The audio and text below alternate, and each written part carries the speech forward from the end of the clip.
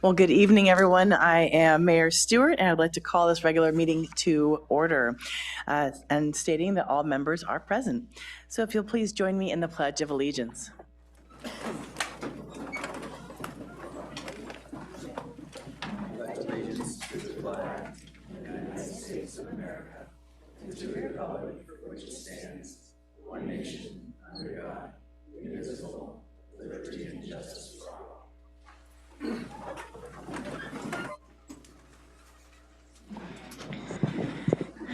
Thank you. And today we get to start with a proclamation. Sometimes we get to start the meeting with something fun or interesting about something for awareness or recognition, sometimes a celebration.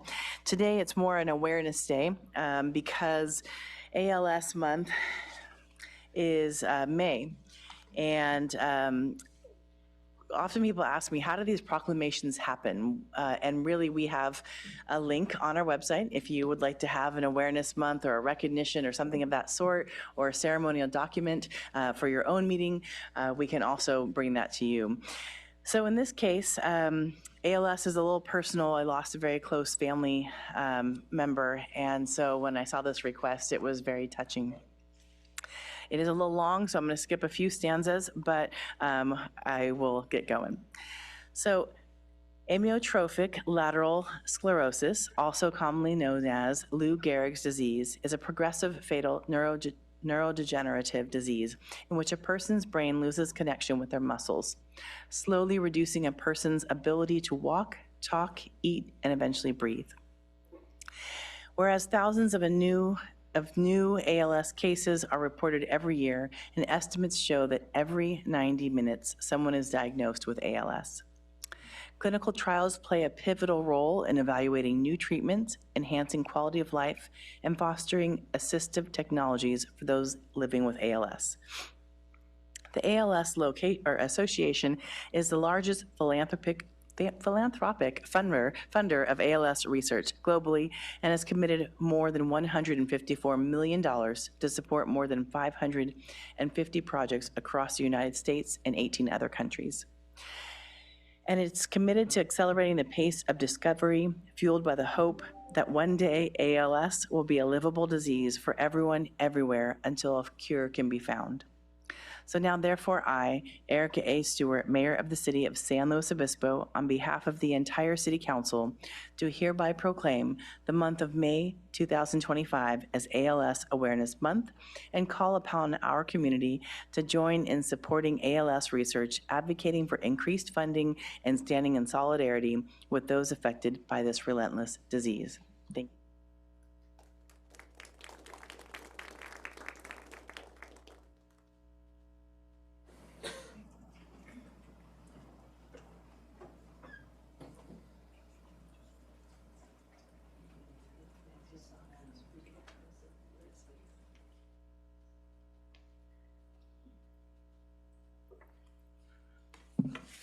Thank you, Madam Mayor and City Council, for this proclamation. ALS is very personal to me also because my husband died of it from exposure to Agent Orange during Vietnam. It's a terrible illness to live with, so I'm hoping more research and money, federal funds in particular, can be allotted for this terminal illness. Thank you so much. Thank you so much. And I'm sorry for your loss. If you all wish to go to Chris Lachinsky's website or LinkedIn, there's a very touching documentary that he's done on ALS, and it was amazing explanation of ALS and a local vintner and her entire story. It was really touching. So, moving forward, we'll go to City Manager Whitney McDonald. Madam Mayor, may I make the closed session announcement before we move So on? sorry, thank you. City Attorney, will you share the update? Yes, thank you. The council did meet in closed session on one matter of anticipated litigation regarding the initiation of litigation in one potential case. On motion by Councilmember Francis, seconded by Councilmember Marks, the council did authorize the initiation of litigation in that case on a 5-0 vote. We are not disclosing the details of that case at this time out of concern for ability to serve the necessary parties and potential interference with that. But the details will be available upon inquiry upon commencement of the action. And there was no further report of action. Thank you, City Attorney. City Manager. Thank you, Madam Mayor and Council and public. It's good to see everyone here at our May 20th meeting. I have a little bit of a longer report since we had a little bit more time, and there's lots of things we want to let folks know about. And so hopefully you'll all bear with me. Wanted to remind everybody about the Wildfire Preparedness Community Forum that is coming up in just a couple of days on May 22nd. It will be held in the library community room across the street from 5:30 to 7 p.m. This is a chance to, again, review the fire hazard severity zone maps, which we will be talking about on June 3rd as well here in our council chambers, where we'll be discussing adopting those maps by ordinance. But this is a chance to review them, ask questions about them, how they come about, and what they mean for our community, including questions around home hardening and preparedness that we need everybody to be aware of and kind of work toward over the next couple of years. So wanted to make sure everyone's aware that that's coming up again just on Thursday at 5:30 p.m. We also wanted to highlight a couple of really fun events that happened a couple weeks ago. So May 8th, I mentioned in our last meeting, was a bike breakfast at our fire department, and they ran out of pancakes because it was such a popular event. So we're really happy that everybody was able to make their way out for that. The next day on May 9th, the fire department hosted a successful Recruit Academy graduation and promotional badge pinning. We're really excited to have welcomed 4 new firefighters, Emerson, Saunders, Simmons, and Vandewalker, to our department, and to celebrate the promotion of a number of additional people in our department. So that was really a positive, exciting event. And for anybody who's curious, I didn't realize bagpipers were there. And so for me, you just have to say there's bagpipes and I'll be there. So really happy that that's all part of it as well. Next, wanted to highlight, we're really excited that Friday, May 30th will be the grand reopening of the Laguna Lake Dog Park. This is our first official fully enclosed off-leash dog park within the city. I know a lot of people have been waiting for it and really excited about it opening. And so the day will arrive just in a couple of weeks at 3 p.m. The city is inviting the community and their dogs, of course, which are also part of our community, to come and enjoy the park and help us celebrate with a ribbon cutting and a grand reopening. For any questions or you need more information, please go to slowparksandrec.org to get any more information, and we hope to see everyone there on the 30th. Next, we wanted to highlight an opportunity that's available now for affordable home buying in our community. This is occurring in the Rigetti Ranch neighborhood of the city. There are 9 2-bedroom condo units available at the 9 at Rigetti. That's the name of the particular development there. The units are for sale as moderate income households. And so we wanted to make sure everyone is aware of this opportunity. It's oddly kind of sometimes a challenge for folks to qualify in that area. And we want to really make sure everybody's aware to the maximum extent possible that this is an opportunity. Please check it out. Go to housekeys19.com. That's actually a really quick and easy way of getting more information. If you have any other questions as well, you can contact our community development department as well. So wanted to highlight that opportunity for everyone. Next, we're highlighting some changes to transit fares. Now, the really important thing that I need to highlight is that the city's fares themselves are not increasing. They're just sort of being repackaged in a slightly different way. So effective June 1st, we will be formalizing our K through through 12 student 15 ride discount pass program. This was offered as a pilot program over the past year, and so we're formalizing that. Two other changes include elimination of the 5-day and 7-day passes to simplify operations because we realized they weren't used very frequently. But any 5-day or 7-day passes purchased prior to the effective date, which is June 1st, will continue to be accepted on our system.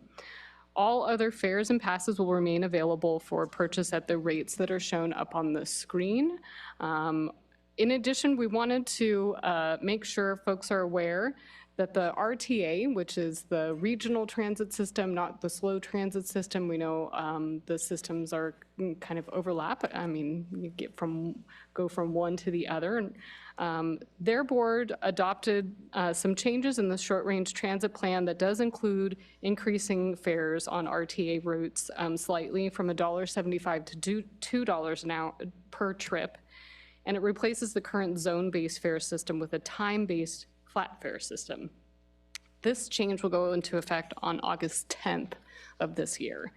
So to summarize, slow transit rate changes will go into effect June 1st, but these will not increase fares, just kind of change the pass options that are available, and those are shown up on the screen.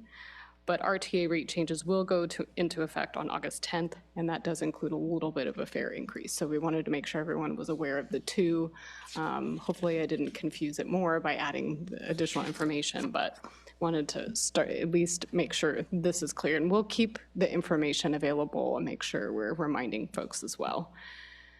Kind of along the same theme of this is the time of year typically when traditional rate increases go into effect that we've talked about in the past. And so every year we do adjust our user fee and impact fee amounts.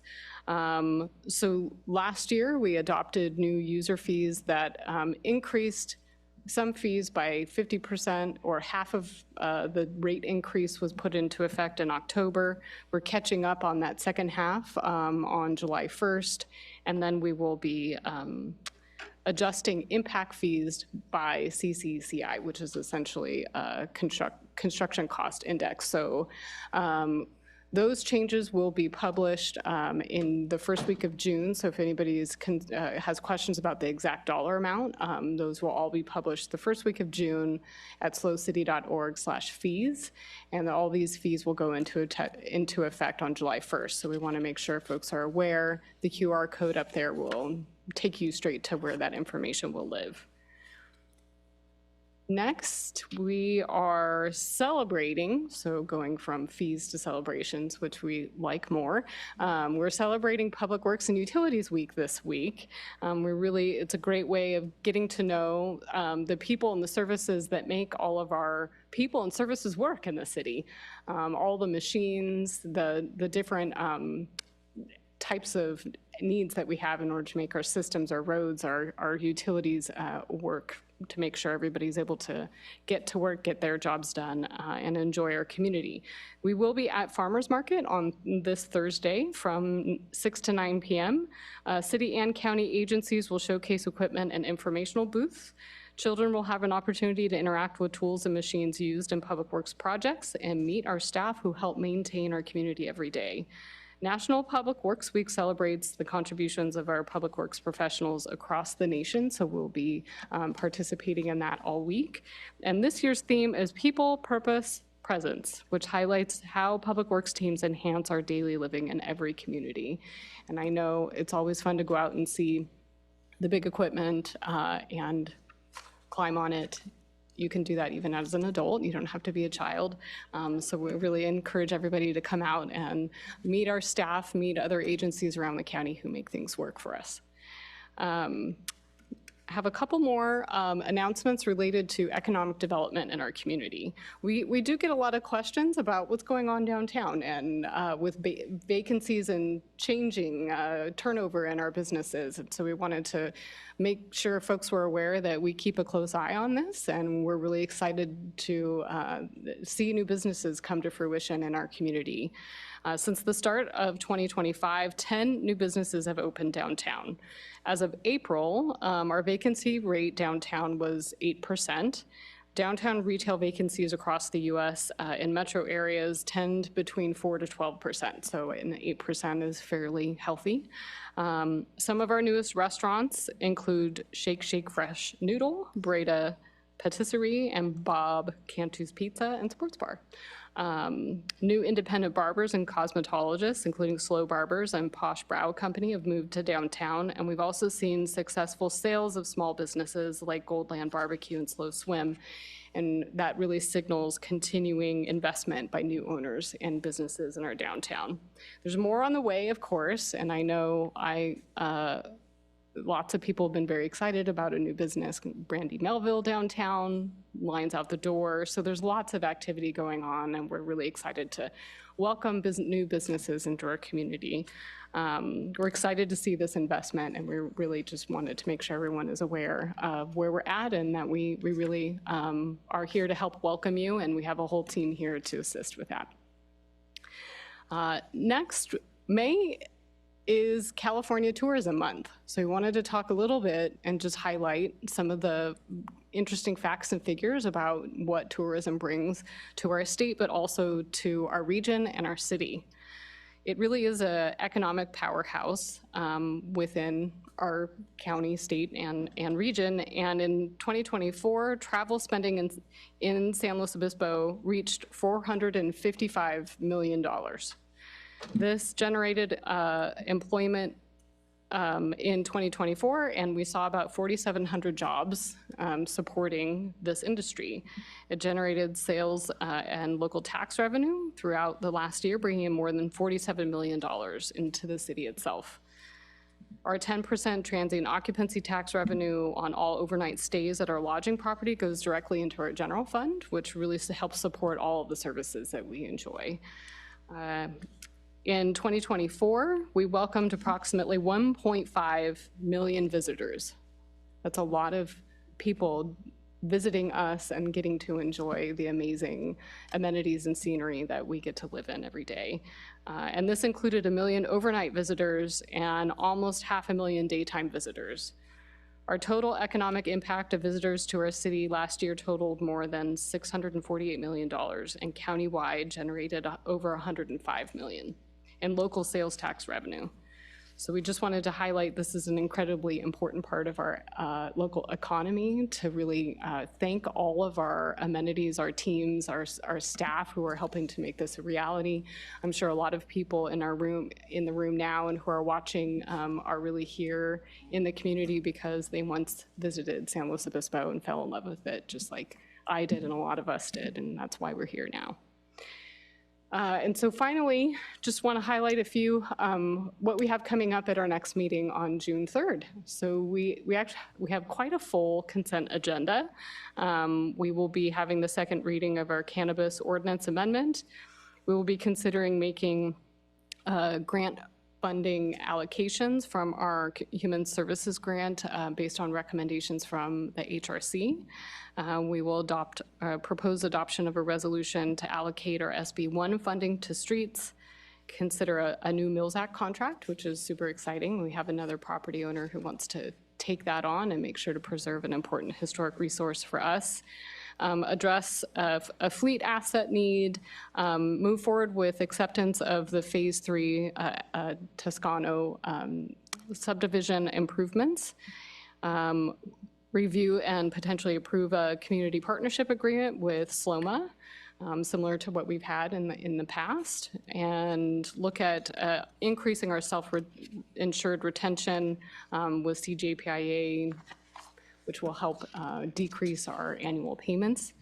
Look at a policy for Affordable Care Act reporting, looking at video footage deletion. We want to make sure everyone's aware that is not body cam footage from our police department, but is instead other types of video footage that isn't interesting or useful. And then address a sewer project funding needs. But the main public hearing item is to, again, look at our local fire hazard severity zone map that we are proposing to introduce for an ordinance to be adopted at a later meeting. And we anticipate, a good discussion about that, including what the next steps are for a program to help support that. So that's, I know, a lengthy report. Thank you for allowing me to plug some items we've been wanting to share with everyone for a little while now. So thank you. I'm happy to answer any questions. Thank you.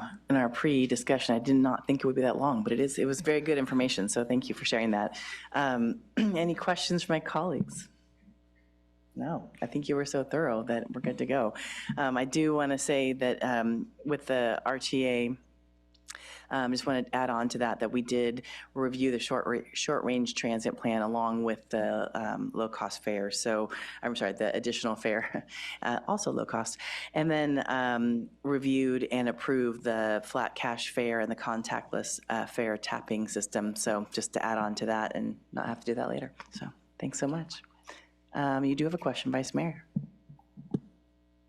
Thank you. Yeah, I did have one question about the transit. You jogged my memory that it was about the transit rates, and I understand you said that that none of our rates are really changing the city of SLO, but some of the regional rates are changing. And there was one line in the bottom of the table on that slide that said there was a $5.50 regional pass or something like that. Is that something that we've had all along, or is that a change because it's regional? You know, I will need to, I know I have some friends in the audience who will be able to give a correct answer to that question. Hello, Mobility Services Business Manager, City of San Luis Obispo, Alex Hughes. The $5.50 regional day pass has always been something that we provided in conjunction with RTA. It just lets people travel between both systems. It's not increasing. That fare is static. On RTA side, their regional fares have gone up for their 9, 10, 12, and 15, but for their local fixed route systems, those rates have not increased, and there was no discussion or consideration for increasing that regional day pass price. Great, thank you for that clarification. You're welcome. Great. Well, without further ado, we'll move right forward to public comment. So public comment is for items that are not on the agenda, not consent, not business, not study session, et cetera. Any comments, City Clerk? Yes, we have 4 speakers. The first one is William Jodry, and then Mary Jane Jodry. Okay.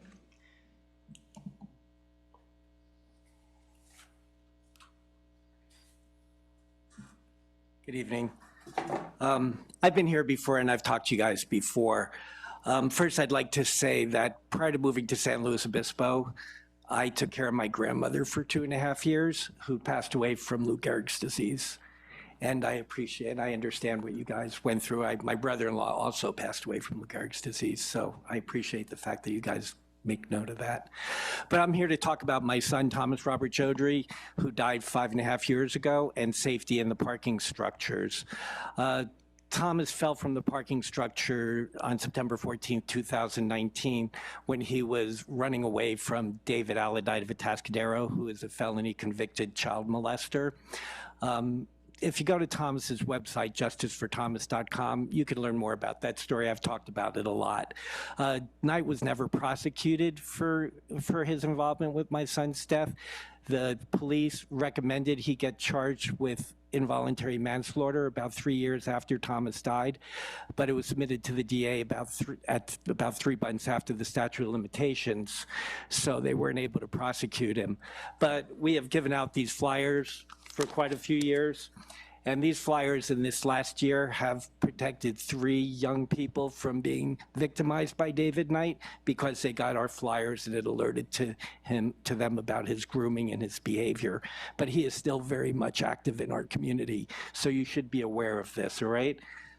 Just so you know, just to remind everybody, Thomas, he was a real person.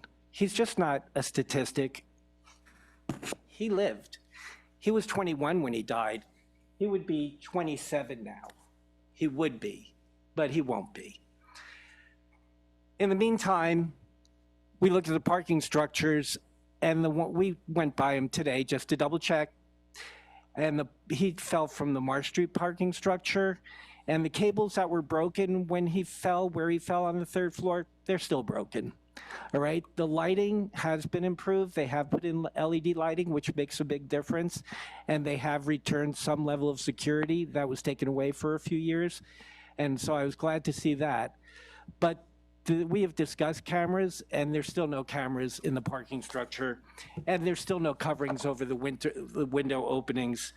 And in the Tribune, there was a few years ago, but renovating the old garage is difficult, City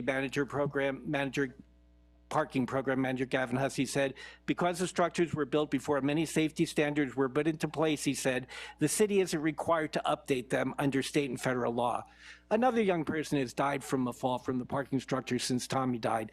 You're not required to do anything, and you haven't done anything significant. Is that really the type of city we live in here?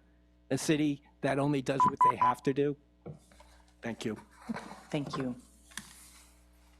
Mary Jane Jodry, and then Kathy Walker, and then Steve Walker.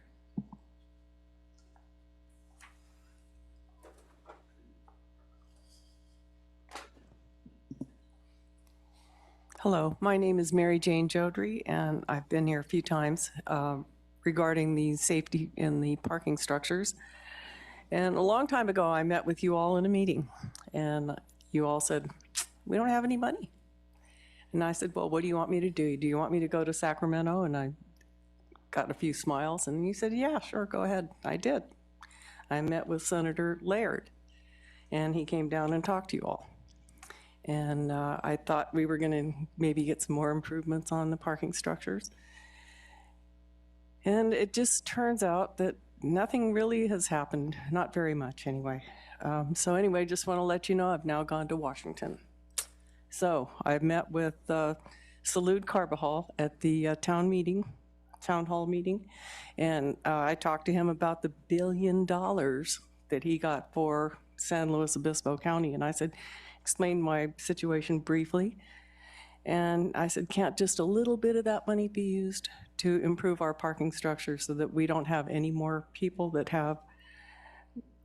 die? And he said, yes, I think that can happen. So I left my phone number with his assistant at the town hall meeting. And then the next week I was at a different meeting in Atascadero. And I met another one of his assistants. Her name is Yesenia Echeverria, and reminded her. So between some of them, they should be getting in touch with you all. And we do have the money to do that. Please, let's just make it safer. It's just like a baby crib. I guess we don't need to make baby cribs safer, right? But all the members of this community are babies. All of our college students, our grandmas, our grandpas, our mothers, they're all our babies. And we need to make this place safer for everybody. Let's have it. I even met with Chief Scott, and I said, let's make this the year of zero. 0 people dying, 0 people getting raped, 0 people. Let's just make this the safest place in America. Thank you. Oh, and big kudos out to Chloe Jones from the Tribune and the Tribune itself for all the awards that they won on all of their articles. And their #1 article was about my son, Thomas Chaudhry. So that was the #1. It won #1 in the state. And Cal Poly News won #1 in the country with his story 3 years ago, right after Kristen Smart's case. Thank you. Thank you. Kathy Walker, and then Steve Walker.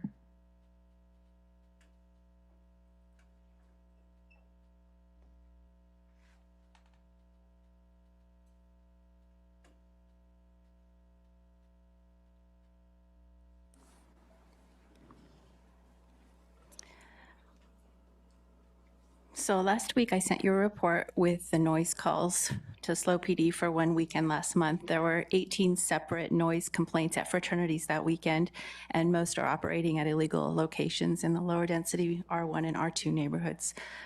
Last weekend was worse. Of over 40 calls to SLO PD, only 5 received citations, I believe.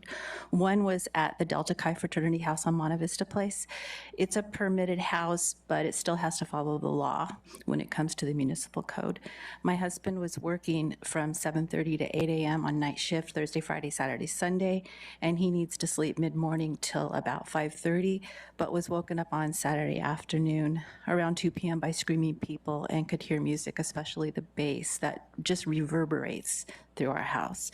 He asked me to go find the party. I did. It was Delta Chi at 1236 Monte Vista.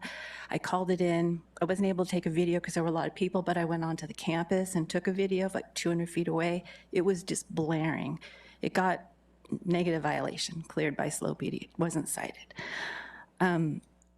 The municipal code, which you have in front of you, says that it's a violation for a noise disturbance to be clearly audible 50 feet from the noisemaker, and that's 24/7. There's stricter rules after 10 p.m., but that's the ordinance that's in effect at all times. The party was cleared, as I said, as a negative violation, as most parties were last weekend. The upcoming Memorial Day weekend is a traditional DAGE weekend, where fraternities hold annual daytime ragers with DJs, inflatable water slides, and hundreds of people in their backyard in our neighborhood. There's Zeta Beta Tau, they have ZB Tahiti, Theta Chi has Theta Chiland. These parties are registered with Cal Poly Greek Life right now. They know the addresses of where these are going to happen in our neighborhood. We won't find out until we hear the DJs blaring the music and the screaming people. Last year, one of these went on for hours. SLO PD responded 3 times and had to call their sergeant down to the scene because the fraternity simply said, we're not going to shut down our party. It's insane what we've been going through now for 3 years. The city has the power to address this, and I'm asking that, you've known what the addresses are since 2023. I'm asking you to agendize this item for the future so that we can talk about it in public. Planning Commission asked in November, they said this needs to be agendized. We need to have a public conversation about this. It's been 6 months, and they said the council's the place to do that. So please put this issue on a future agenda so we can talk about it, because it's something really that needs to be addressed. Thank you. Thank you. Steve Walker?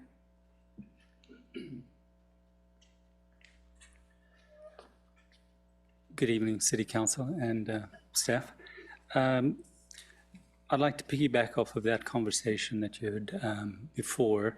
And in November 2024, when a fraternity was having its CUP reviewed in front of the Planning Commission, some of the commissioners were discussed amongst themselves, but it should be there on record. And they said that this conversation of fraternities should come in front of the City Council. It should be a public conversation and discussed here. Right now, there are 18 fraternities in IFC, and each of those fraternities have multiple satellite houses. And at the end of this year, there'll be 19, and by next year, there'll be 20. So Cal Poly's actively recruiting. So, it would be great to have this in a public forum where the city can discuss, public can discuss this matter. There is a real thing called fraternity sprawl. It's everywhere, neighborhoods north of Foothill, around the park, Santa Rosa, and it will be coming to a neighborhood near you. I believe a public setting would be the appropriate place to discuss, with our partner, Cal Poly, their recruitment process, housing plans, what they plan to do, if anything, the city's response to known fraternities and known, to include satellite houses. The city doesn't distinguish. There's no satellite house. It's a fraternity if it holds events, which a lot of these houses do. And then, to discuss maybe how they obfuscate from law enforcement their huge gatherings and events. And, I think getting it in the public The only way is to have a public conversation about this, on this matter, and maybe get potential insights from Cal Poly. So please agendize this matter. It's important. The public is affected, and it needs to be discussed. It's not a hidden, dirty secret anymore. Fraternities are out there. Cal Poly just doesn't care where they live, though, but they're allowed to hold events. Thank you very much. Appreciate it. Thank you. We have one more? No, that was our final speaker. Okay. Well, thank you very much to all of our speakers, and thank you for the updates as well to the Jodry family, as well as you did mention a few of the things we have updated in the in the parking lots. I don't know if we have any sort of update we can provide today. We can? Okay, great. And then on the other part is, I know that Director Tway shared an email around the fraternity CUPs, so I believe we're bringing that back in October. Is that the correct date? So thank you, Madam Mayor. I'll take that last question first. So there are a couple of hearings scheduled before the Planning Commission on May 28th related to permitted fraternity houses that related to potential violations of their use permits. In total, I believe there are 3 that will be coming forward in May and June. The issues surrounding unpermitted fraternity house activity that may be occurring in places outside of where they're allowed to be is a different matter. There's not a hearing we can hold in front of the Planning Commission on that issue. Our staff is certainly moving forward with taking action on those. It's an evolving issue and problem where, every year there's new people who might be living in the house. And anyway, so it's definitely an ongoing issue. We do have in our work plans set up for the next financial plan, a study session identified to discuss code enforcement generally, and as well as fraternity-related kind of neighborhood wellness issues. Fraternity parties, fraternity sorority parties will certainly be part of that conversation. Currently, that's not scheduled to happen until the end of the next fiscal year, just based on prioritization of our community development's work. They're really wanting to move forward with a number of the housing-related items, including the safe housing and renter tenant protection items first. And so currently that's scheduled for the last quarter of the first fiscal year, so by the end of June of 2026. The other item related to our garage security cameras and fencing, we do have $1.5 million programmed in the next fiscal year of our CIP for those 2 items for all of our garages. The new garage that's being constructed will have those features built in. And so what we will be looking for is getting some systems installed in our 3 current garages to help address that situation. So just wanted to put that information out there. Thank you. I remember us discussing this, but I didn't have all the details, so I appreciate that update. So we will continue on to the consent agenda. Do any of my colleagues have anything they would like to pull? All right, seeing none, we'll move forward and have public comment on the consent agenda. City Clerk, do we have any updates? Yes, we have 5 speakers for agenda item 6E. The first one is John McKenzie, then Jeff Herbert, and then Jonathan. Thank you. Thank you, Mayor Stewart, council members. We would like to start on a good light note, as was previously mentioned. Our group, Friends of SLO City Dog Parks, and the 13,000 dogs within the city limits are celebrating that we do have our first enclosed dog park. So we all want to thank you very much for that. And then moving on to the not so fun news is we do have 1,700 other dogs in the Rigetti Ranch area that are very saddened, as is Friends. And we have come to find out that the dog park that is planned in that development is is now going to be delayed. Originally, there was some plans or some discussions that it could be first up on the first seat in the bus, but it kind of got pushed to the back. But so what that there's $10 million that y'all have to pay for the larger part of the park, but you're needing 24 for that. And as I understand it, that's going to probably put the dog park about 10 years out from today. So that's very saddening, and it's unfortunate that all the dogs in the area will not be able to enjoy a dog park under the city plan.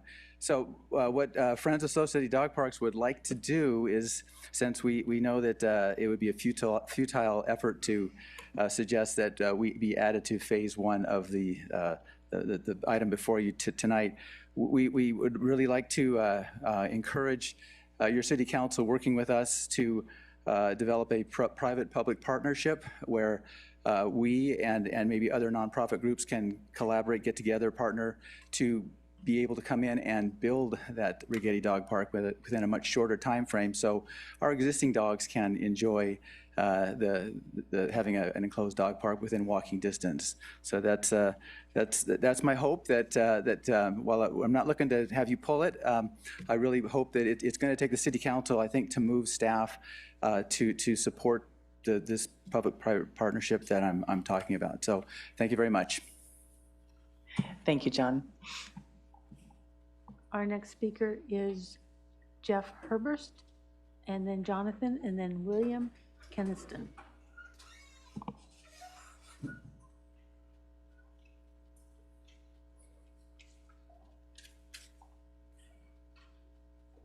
Hi, I'm Jeff Herbst. I sent an email to all the council members yesterday about the proposed pickleball courts in Righetti Park, and I'm not going to reread it. I didn't think I was going to be here today, but the main points were the physical, mental, and social aspects of pickleball. I want to say you can't put a value on it, but that's kind of why we're here today, so we can put a value on it. It's just amazing. It's a life-changing thing. Morro Bay has 4 pickleball courts, dedicated courts. Grover Beach has 4. AG has 4. Shell Beach has 4. Those towns have like maybe 10,000 people. San Luis Obispo has 3 dedicated pickleball courts. There is a huge need. The other thing, and I didn't mention this in the email, there's not sure who's putting it on, but there's a big pickleball tournament in June in Atascadero, and all the proceeds are going to benefit a family that's dealing with ALS. So I'm sure people could find out the details somewhere. Thank you very much. Thank you so much. Jonathan, and then William Keniston, and then Brooke Schumacher is our final speaker. Hi, Mayor and Council member. I'm Jonathan, and I'm a local resident of Righetti Ranch. Before I moved here, I've never heard of SLO. When my wife told me that she wanted to move here, I had my doubt. I told her that I miss my Chinese food, and she told me that she would cook Chinese food for me, and she's moving regardless. So 3 years ago, we moved here, and we've never been happier.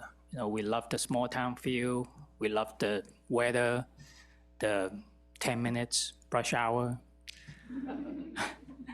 And one of the disappointment, unfortunately, other than my wife still hasn't cooked me the Chinese food, is the Righetti Park that was promised. When we bought the house, the developer told me that they will build the park for us, and I think it will be a wonderful place for my kids to grow and to play, our neighbors to connect, and for everyone to go out and enjoy and be healthy. I'm also the president of the local SLO Pickleball Club, and we have been working with the Park and Rec and been offering beginner classes for the last couple of years for the community, and it's one of the most popular classes that's offered by the city. And we created a wonderful community. Everybody loves it, and it's not just a sport. It's fun, and it's for all ages, 5 years old to 95 years old. And unfortunately, as Jeff mentioned, we have very limited permanent courts. And with the influx of new pickleball players, it just caused a lot of strain and a lot of issues with the community and with the facility. So permanent new pickleball club courts will be wonderful.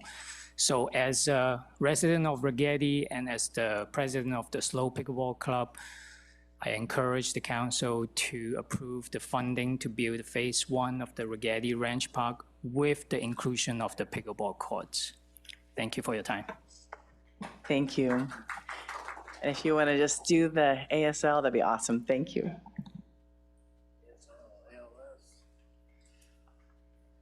Hi there. Okay, so my name is William Kennison. I'm full-time faculty at Cuesta College. I just moved here last year. So I'm not like president of a club or anything. I don't know, just somebody. But I'm actually on my way tonight. I'm going to go down to Arroyo Grande to play pickleball because there are no courts with lights north of Arroyo Grande in the county. Since I moved here, I've moved 3 times. I lived in Nipomo and San Luis Obispo, and now I live in Morro Bay. And yeah, so if you work full time and you want to play in the evening, there need to be lights. So I moved to Morro Bay partly because pickleball is my main activity that I do outside of work. I play at least 3 to 5 times a week. Yeah, and the San Luis Obispo situation is very dense with a lot of waiting and a lot of overcrowding on the courts that are not as solid as other places. Everywhere I've been, I'm seeing the courts expanding also. When I moved to Nipomo, there were 4 permanent courts with lights, and there were 6 by the time I moved out, and Morro Bay just agreed to double. He said there's 4 permanent courts, they just agreed to double that to 8. So it seems like everywhere it is growing, and it would be much better for me if there were permanent courts where I actually live and work and not having to drive down to Arroyo Grande. Thank you so much. Thank you. Is that our last speaker? Nope, we have one more. Okay. Brooke Schumacher.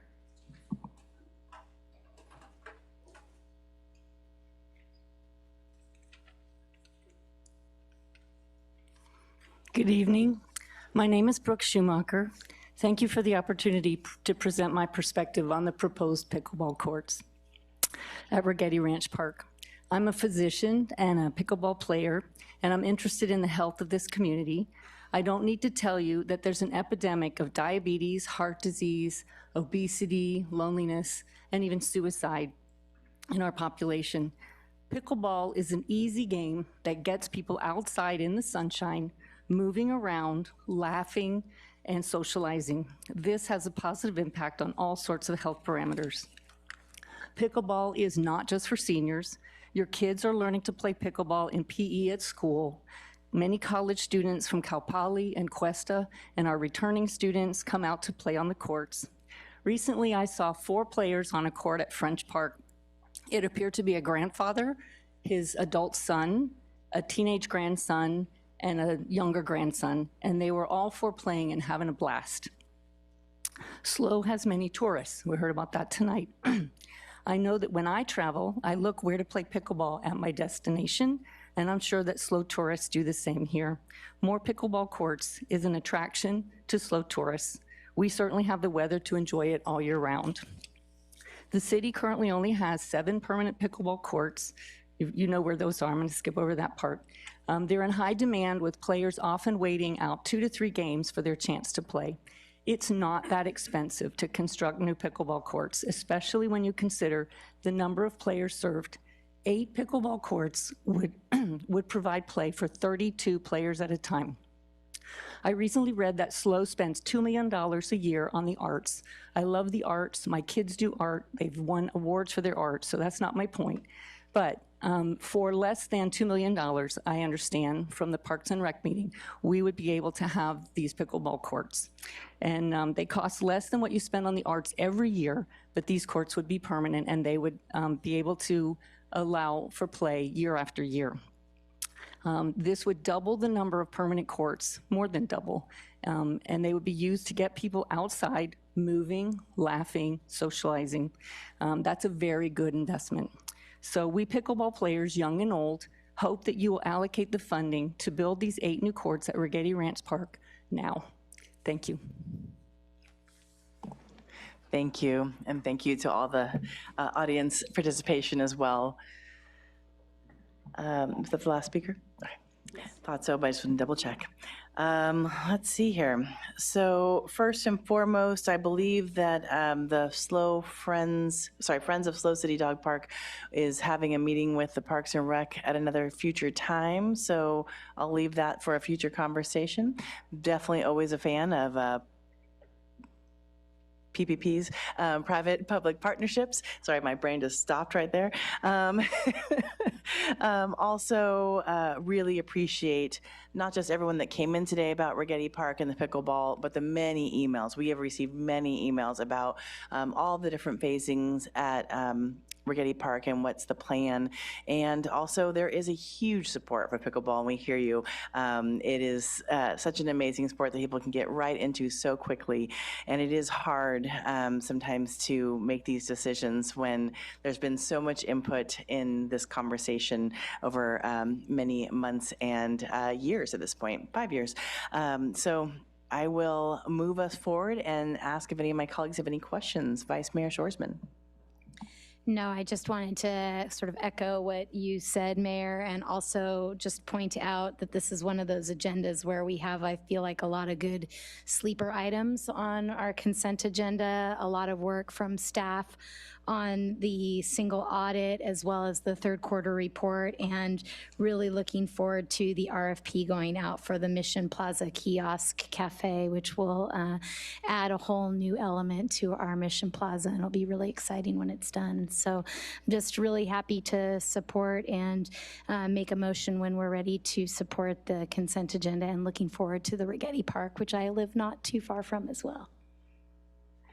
Thank you. And I also just want to, as you're tagging on to items on the consent agenda, similar to the conversation earlier about the RTA, the Regional Transit Authority, we also have on our consent agenda 6G, the open loop payment system, which may seem a bit opaque in the title, but that means that we too will be contactless and very smoothly on and off the bus. So that's really exciting for people who would like to not find the quarters and the change and then have it drop on the ground and lose it and not have exact change, et cetera. So thank you very much for all of the hard work that has been done by the staff team. With that, if there are no other questions, do I have a motion? Councilmember Francis. I would happily like to move to approve this consent agenda. Thank you. Councilmember Marks. I'd like to second it. Wonderful. Can we have roll call, please? Councilmember Francis? Yes. Councilmember Marks? Yes. Councilmember Boswell? Yes. Vice Mayor Shoresman? Yes. Mayor Stewart? Yes, and the motion passes 5-0. Thank you so much for all of the input. At this moment, we'll go ahead and take a 5-minute break, and we'll see you back here. Well, thank you for the break. We will get back to it. We have Director Greg Cruz coming to share about the process for issuing notice to correct to private property owners for unsafe sidewalk or frontage conditions, and the authorization for staff to issue notices to correct. Thank you. Good evening, Madam Mayor, members of the council. My name is Greg Cruz, Deputy Director of Public Works. This evening, as the mayor indicated, I'll be going over the notice to correct process Public Works Department uses, and also reviewing specific locations that staff's been working with property owners on notice to corrects. So, before you this evening are 4 recommendations above. The first is adopt a draft resolution approving the process for issuing informal and formal notice to corrects for frontage improvement deficiencies that are within the area regulated by the Streets and Highways Code. Second recommendation is to approve a draft resolution approving the issuance of a formal notice to correct to the above properties, and authorize the city to execute the work if the property owner fails to commence the work within 14 days. The third recommendation is to authorize the use of CIP reserve funding should the property owners fail to commence the work after the first notice to correct. requiring the city to execute the work. And lastly, authorize the Public Works Director to waive the issuance of a formal notice to correct if the property takes a corrective action before the notice is formally issued. The city's adopted the Streets and Highways Code, which states owners of lots or portions of lots fronting any portion of a public street or place that is improved shall maintain the sidewalk in such condition that the sidewalk will not endanger persons or property, and maintain it in a condition which will not interfere with public convenience. The code is only applicable to existing improvements and does not apply to new improvements. One exception to this code would be if the improvement is damaged by a city-owned street tree, then the city would be responsible for the repair or replacement of the damaged improvements. Because property owners are often unaware of this requirement, the city's developed an informal process in 2009 to address sidewalk deficiencies, which focuses on educating property owners with the goal of voluntary compliance. However, the process has not been presented to council before, which is the first part of tonight's presentation, and the second part will transition to active notices correct that staff's been working on. The city becomes aware of damaged sidewalks through different avenues. The first being the city's sidewalk inspection program. In this program, streets maintenance inspects 9 pavement zones in sequential order. It takes approximately 1 year to complete the inspection and repairs within each zone, which means zones 1 through 8 are inspected approximately every 8 years. Zone 9, which is the downtown zone, is inspected annually prior to the holiday shopping season, along with areas adjacent to the 2 hospitals within the city and also around the city senior center. Staff is also made aware of sidewalk issues by community members reporting the issues through ASLO or other communications. When a section of sidewalk is identified or reported to the streets maintenance program, staff will inspect and perform temporary repairs when possible. These repairs consist of grinding, ramping, or patching the damaged section of sidewalk when appropriate. Because the Streets and Highway Code does not include thresholds up for damage, the city uses damage thresholds outlined in the city's sidewalk inspection program to determine if a sidewalk is out of compliance. This document identifies vertical displacements greater than 3/4 of an inch, sidewalk slopes that exceed 5 to 1 or 20%, and cracks or holes with gaps of 1/2 inch or greater as deficiencies that need to be corrected. There are times when the level of deterioration or damage is so great, replacement is the only option. When a sidewalk is identified as needing correction, Public Works Department will send the adjacent property owner an informal notice to start the process. As mentioned, again, the one exception to this is if the identified damage is caused by a city street tree, city staff will evaluate and plan for long-term repairs.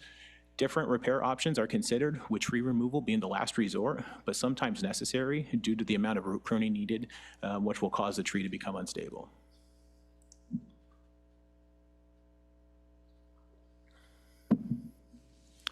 Again, as mentioned, the city developed an informal notice to correct process in 2019 that focused on the goal of voluntary compliance. Many of the steps in the informal notice process are not required by the Streets and Highways Code, but have been identified as a best practice by the city. Additionally, once a formal notice is issued, the work must be started within 14 days, or the city is required to complete the work, which I'll now run you through the different steps of the process. So step 1 consists of identifying the deficiency through proactive inspections or community complaints. Once a staff determines a deficiency exists, the first informal notice is issued with the following timelines. Within 30 calendar days, acknowledge receipt of the notice. Within 60 days, submit plans to the city for review and issuance of an encroachment permit. Within 90 days, obtain an encroachment permit. And within 120 days, complete the work to the satisfaction of the city. Because this requirement can often come as a surprise to residents, and knowing the work can be costly, the city communicates this timeline and also gives property owners the opportunity to propose a different timeline that works better for their personal situation. If the 120-day timeline passes after the first informal notice, with no signs of progress, a second informal notice will be sent to, with a minimum of a 90-day timeline to complete the work, or the item will be elevated to the City Council to seek authorization to initiate the formal notice process. The 90-day timeline may be extended due to impacted City Council's schedule, but in no cases will be less than that 90 days. The next step is for staff to present the specifics of the specifics to council as a business item, which is the next part of tonight's presentation of where we're at with the current process with the NOC cases. Council approval is not required by the Streets and Highways Code to initiate the process. However, if the work is not started within the 14 days of the issuance of the first formal notice, the city is required to complete the work. If the city is forced to complete the unbudgeted work, staff will need to identify a funding source, which will typically be CIP reserves, and council authorization is required for the use of capital funding. Seeking council's authorization for this step also provides council awareness of a pending public hearing item and offers property owners the opportunity to protest the determination as part of due process. If council approves step 4, step 5 is for staff to issue the first formal notice, followed by the second formal notice 7 days later. The formal notices include information that's not included in the first notice, which includes specific direction on repairs to be completed, including limits, materials, and methods as required by the Streets and Highway Code. Again, the property owner has 14 days to start their work after the first notice. Step 6, should the property owner fail to start the work within 14 days, the city will complete the work through the city's JOC contract. Moving on, after the step 7, after repairs have been completed by the city, staff will return to the council for a public hearing. Council will be briefed on the completed work, cost, as well as any objections from the property owner.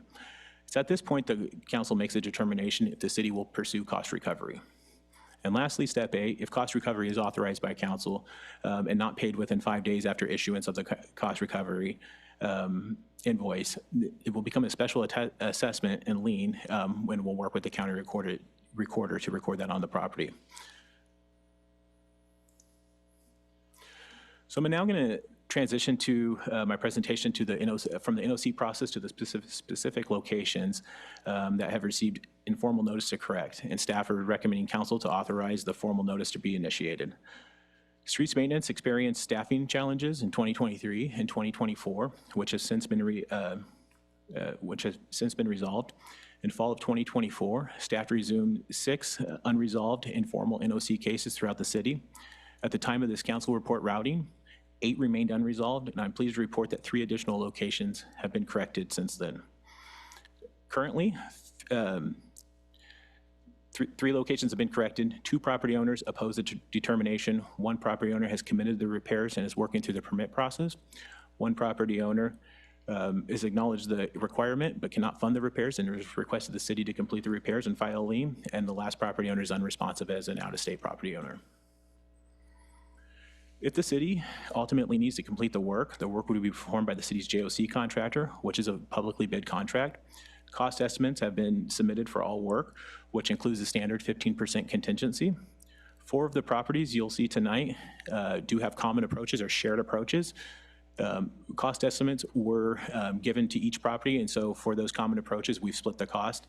But if the city does need to complete the work, separate job tickets will be issued for each location for accurate costs. It's also worth noting all locations included in this evening's presentation were a result of a community complaint and not proactive enforcement. So now I'll run through the individual properties. 878 Islay, it's a deteriorated sidewalk condition and replacements required. They've received 2 NOCs. Staff's met with the property owner and also had email correspondence.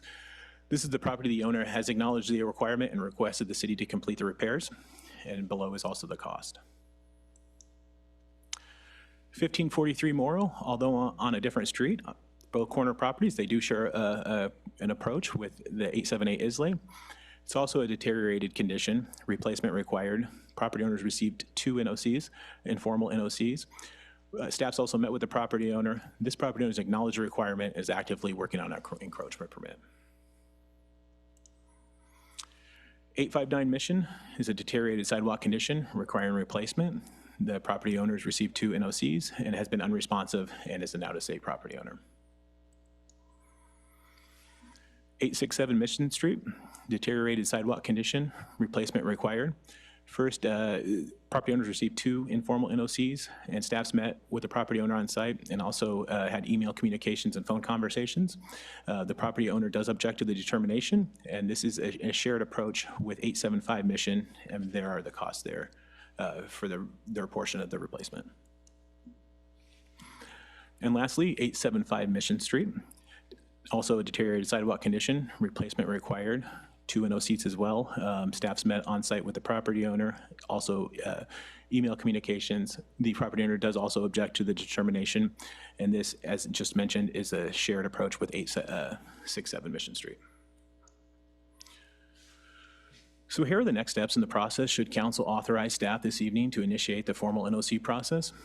As mentioned earlier, the city is actively working with one property owner to resolve the issue, and one of the resolutions before you this evening is to authorize the Public Works Director to forego any formal NOC issuance to property owners actively making progress to correct the identified deficiencies. Should the city need to complete the repairs, we will work with the property owners on a right of entry agreement. A significant portion of the work can be completed from the public right-of-way. However, minor and no machinery will be placed on private property, but minor access to the first few feet of the front yard will be needed to set forms and finish the concrete. The bold and italicized steps are the 2 items that require council's approval, with the first one occurring this evening, the top one occurring this evening. And that concludes my presentation. I will now roll it back to the recommendations, and I'm happy to answer any questions the council may have.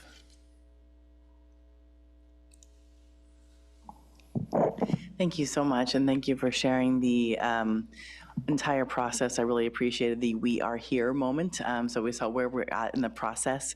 There were times when I wait 60 days, 90 days, 6 months, 2 years, come back, 14 days, what? So I really appreciate you going through this process. For those who are opposing, the next steps, did they end up, I was looking through the emails, and did they end up meeting with you, or what's the next steps for those 2 individuals? Correct. So we have met with both property owners who oppose the determination, and our conversation has shifted a little bit in the last week or so. So it, would be staff's recommendation to continue to work with these property owners and to see if we can gain voluntary compliance through a written timeline through them, and if we could gain that, perhaps not, immediately issue the formal notice to correct. So if the next steps, if they didn't want to come to a conclusion, does that then go to lawsuit? Does it go to lien? I mean, I know that the city does the work, but I just want to understand the next steps for them. Right. So if the city were to complete the work within after the 14 days of the issuance, we would then return to council. We would report on the cost, of the work completed, and then council would authorize staff to either pursue cost recovery or not, or some version thereof. Okay, thank you. I wasn't sure if there was still another step between that moment and coming back to council. So thank you. So another step for them. So with that, I'll pass it on to the Vice Mayor. Thank you. Yeah, you zipped through that really quickly. There's a lot of detail in the report, and I read through it very carefully, but as the mayor said, I got lost in some of the dates and the timeline of things, because it seems like in some situations we, notified people 3-4 years ago, started this notification process, and then there was a lapse maybe due in communication due to staffing resources or time or what have you, and then we sort of are picking this ball back up again. So it's nice to see that that some of the issues have kind of been resolved in the short period of time that we've had this agendized and been working towards this evening in this discussion. And with the remaining, basically, it seems like we've got one where the property owner requested the city complete the work, one where the property owner is working on the repairs, one that's non-responsive. When you say non-responsive, does that mean that we have sent letters to them, they have not, we've sent them certified mail or return receipt, and they have not acknowledged receipt at all. We have had no contact with them that we can confirm they've gotten the information from us. That's correct. So we send all notices, both certified and standard mail delivery. We've received, and we've heard nothing back from them. It's an out-of-state landlord, so they're in New York State. And unfortunately, we've heard nothing from them. And when did the communication begin in that particular instance? Is that a recent one, or is that one of the ones that started in 2021 or It started in 2023. 23? Correct. Okay, and then the two where the property owner's disputing the issue, are those ones, when did those two start, when did we start communicating with them? So those three properties are kind of in a line. However, it was, looks like 2024 when they've received their first, 2023 also.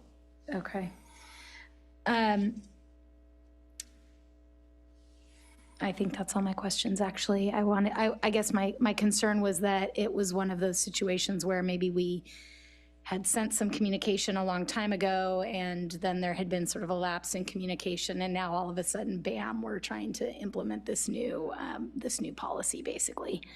Right. But that so- doesn't sound like what's happening. No, all of these properties, we restarted the informal process in the fall of 2024. So we're, well over 6 months into the process. One thing for the unresponsive property, part of the formal process is to actually post the property as well, like you would see for a public notice. So we're hoping to, somehow get to that property owner. Okay, and then actually I do have one last question. So in the recommendations for tonight's discussion, the purpose is primarily to deal with these particular five, the process as it relates to these particular five properties, but we're also looking to create a process going forward that would be used in future situations. Is that correct? Correct. So it's a kind of a two-step process tonight. We're looking for feedback on the process we've developed with the informal process, along with the Streets and Highways Code. We don't have flexibility within the Streets and Highways Code to alter that process, but our informal process that we developed, we do have some flexibility. So we are seeking feedback if there's any changes the council would like to see to that. And then the second part of it for the specific cases and issuing the formal NOC. Great, thank you. And sorry if those were remedial questions and kind of repetitive, but just to kind of get all the things straight in my mind. You're welcome, and I'll try to slow down next time. Oh, it was good. Going back to your New York question, or your unresponsive question, since we know it is a rental, have we tried to reach the owners through the tenants? Yes, we have. Okay, Yeah. just sorry, just double checking. Utility billing is our friend in that Yeah, I instance. thought so. And so, but yeah, lots of times tenants don't want to be involved in it. No, and yeah. I figured I just had to ask. Councilmember Marks. Thank you. So if we had a slip and fall on one of those sidewalks, would that be the property owner's liability, or would it be the city's liability? Well, might look for my friend in the city attorney's office to help me out with that, but from my understanding, it would be a shared liability, but I will hand that over to the city attorney. Solid lawyering? Yes, it would be a shared responsibility, but the city is responsible for sidewalks, is potentially liable for dangerous condition of public property, and then there would need to be a claim filed against the adjacent property owner as well. Sometimes that's filed by the plaintiff, sometimes that's filed as a cross-claim by the city. So the people who are objecting to fixing the sidewalk, are they aware that they could possibly be liable if someone were injured, if a pedestrian were injured on that property? I don't want to speak to that, but I mean, the safety of the community is really the importance of this. We're not doing this for aesthetics reasons, and we do make that clear, and that's why we deem these particular conditions unsafe and needing to be corrected. Okay, thank you. That's all I have. Thank you. Councilmember Francis. Yeah, thank you. Just a quick question to follow up on one of the mayor's earlier questions. You had mentioned that the folks who are objecting maybe have changed a little bit in the tone of the conversation, and that you were planning to continue the conversation before the noticing starts. Do we have a sort of time frame for how long we would continue that conversation? Just worried about kind of consistency in how we're navigating this. Absolutely. So, it would be a conversation with that property owner asking for a written timeline that they could commit to. And, I felt like that is reasonable. But again, taking council direction on that, for the other property owner that's actually actively working through the permit process, we would give them the time necessary to complete that process because they're very close from my understanding. So, it would be my recommendation if we can get a written timeline from the property owners that they could commit to for the repairs desired by the city, needed by the city, then it seems like, I won't speak for the council, but, we would work with them. Well, I do appreciate your flexibility in working with folks. I know this can be a really burdensome process, so thank you for taking that into consideration. Absolutely. Absolutely. Councilmember Boswell.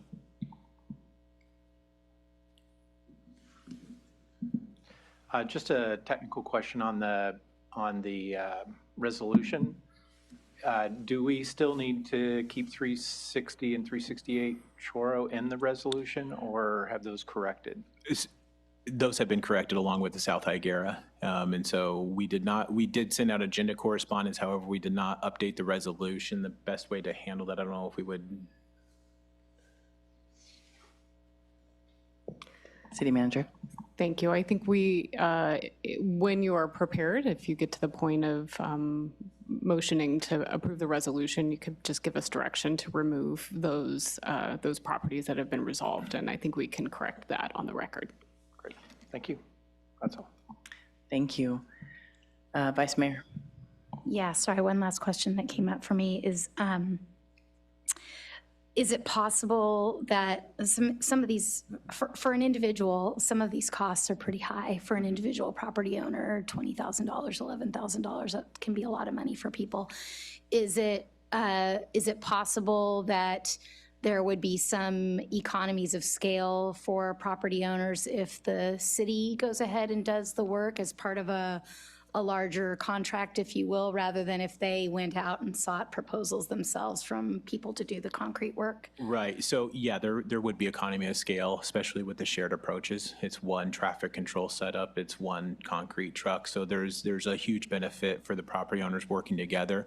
There would even be an economy of scale for the city to do it. I will mention, the one difference, the city doing it as opposed to a private resident would be prevailing wage requirements. That's not required by the property owner doing it. So there would be a little increased cost there. Obviously we've shared all of the costs with the different property owners, and the feedback I've gotten was it's not too far off from what we're paying, the contractor to do independently, which was kind of made us feel better as staff that, it's not going to be an astronomically higher if the city did need to complete the work. So we are giving them that option that, hey, we would be willing to partner with you to get this done and then charge the difference if that was a better option for them. I don't know if I understand that. So if the city's forced to do the work, then it would be done by the same contractor. So we would see those savings because, it would be similar to the private property owner hiring them. It would just be the city hiring them, but it would be the same contractor doing all those. We actually even explored the property owner on the Islay and Morrow address. It has a contractor working through it, and we explored hiring that, potentially having the city hire that contractor and go through cost recovery for the other property. However, they don't have a Department of Industrial Relations, so a DIR number, and they're not eligible to, so the city can't hire them. However, a private individual. So we're trying to be creative as we can within the limits to make this as less burdensome as possible. Appreciate that. Thank you. Thank you. And I think, but going back to what you were saying, Vice Mayor, I think there's two parts to that I'm hearing, and I just want to make sure I'm hearing your question correctly. So if we as a city end up doing the work and then Public Works comes back to the city and says, all right, this was the cost, at that point, then we can say that the property owners need to now pay that. Are you asking for an A or B proposal? No, I guess what I was asking is if we know we have an estimate of what our costs would be if we paid to do the work.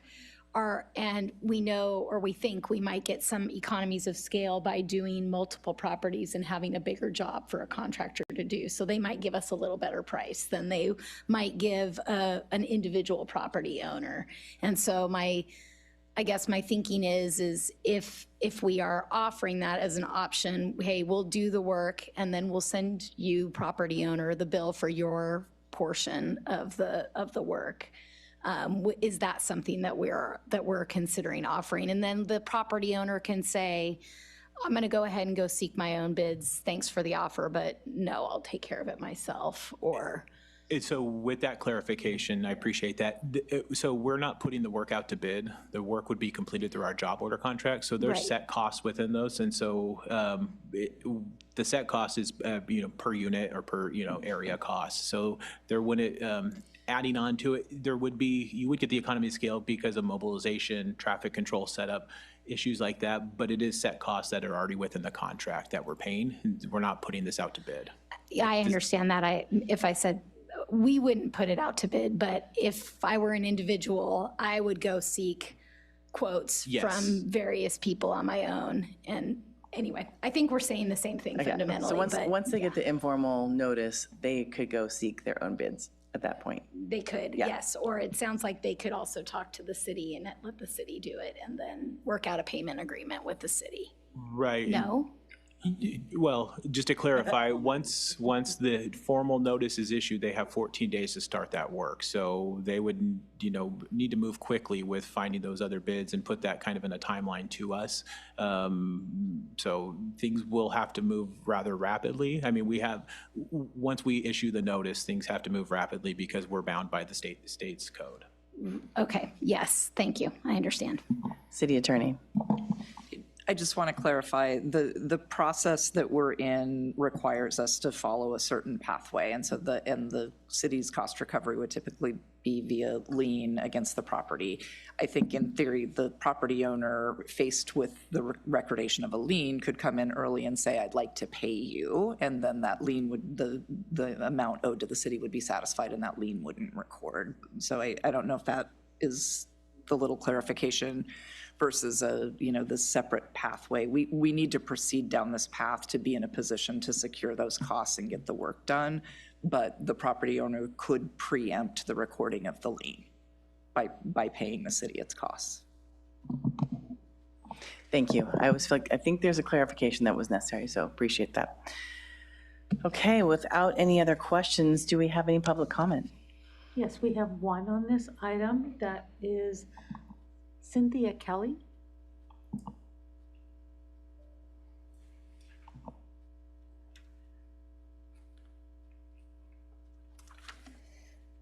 Good evening. Sidewalk matters are more complex than most people realize. As the Public Works rep just outlined, formal notices will mandate homeowners start replacement on their sidewalks within 14 days, or the city will complete the work and bill the owner.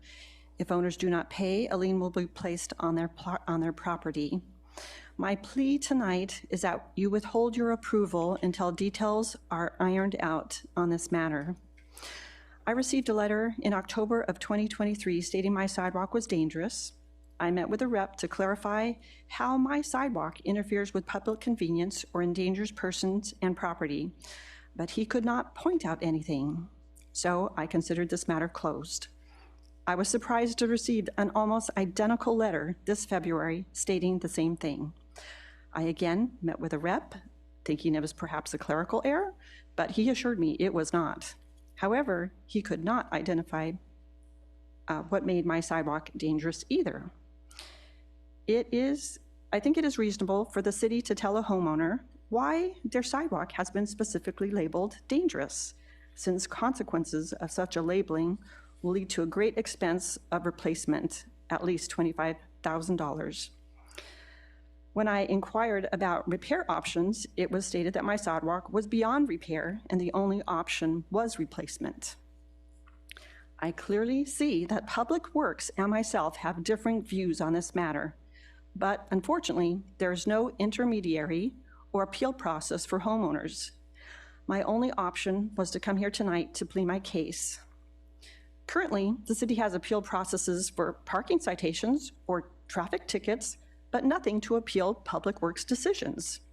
I do not think it is fair or right to mandate replacement when a danger has not been specifically identified and a statement has not been provided that specifically states the violation. Requiring government agencies to state specific violations is a cornerstone of due process, and it's what we all need from our city representatives. It is the only way to ensure fairness and accountability. I am respectfully requesting that you do not approve the Public Works request to mandate our sidewalk replacement until homeowners are given specific written statements as to why their sidewalk is out of compliance, or until Public Works outlines for homeowners the specific variables that go into their decision, making the process for labeling. So what are they considering when they put that label on someone's sidewalk? Perhaps a mediator could be appointed or a process of appeal developed, and we might want to take a look at the sidewalk. Thank you so much. Are there any other public comments? No, there are not. Okay. I think the conversation of deliberation will probably reflect some of the answers and thoughts that you brought into public comment, so I'll leave it at that and to keep going. Vice Mayor? So I thought her comment was interesting because it showed some of the similar, I think, confusion that I had. During what we're proposing in the draft resolutions is an informal process before the formal process begins. Once the formal process begins, then we have very little control, as you were saying, over the timeline. And it sounds like once the formal process begins, the property owner has 14 days to do the work, then we will do the work and we will place a lien automatically, unless the property owner, as you were saying, asks us to be billed. She said that they would be billed, and I was hearing you say that we would place a lien.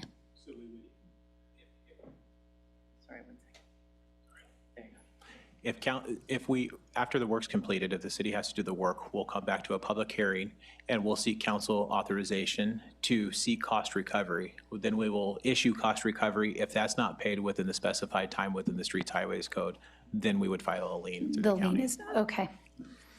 Thank you. This is a very stepwise process and I'm trying to understand it. So, okay, thank you. I don't think I have any other questions. Thank you. I had this very same conversation this morning, and I'll wait till Councilmember Marks has her input. So I just want to ask, was the property owner who testified this evening, given any kind of indication of what was wrong with the sidewalk besides like a photograph? I'm not sure, it seems to me that it seems unlikely that city staff would not have explained that, Yes, and so I met personally out on site with the superintendent of streets, Mr. Stevenson.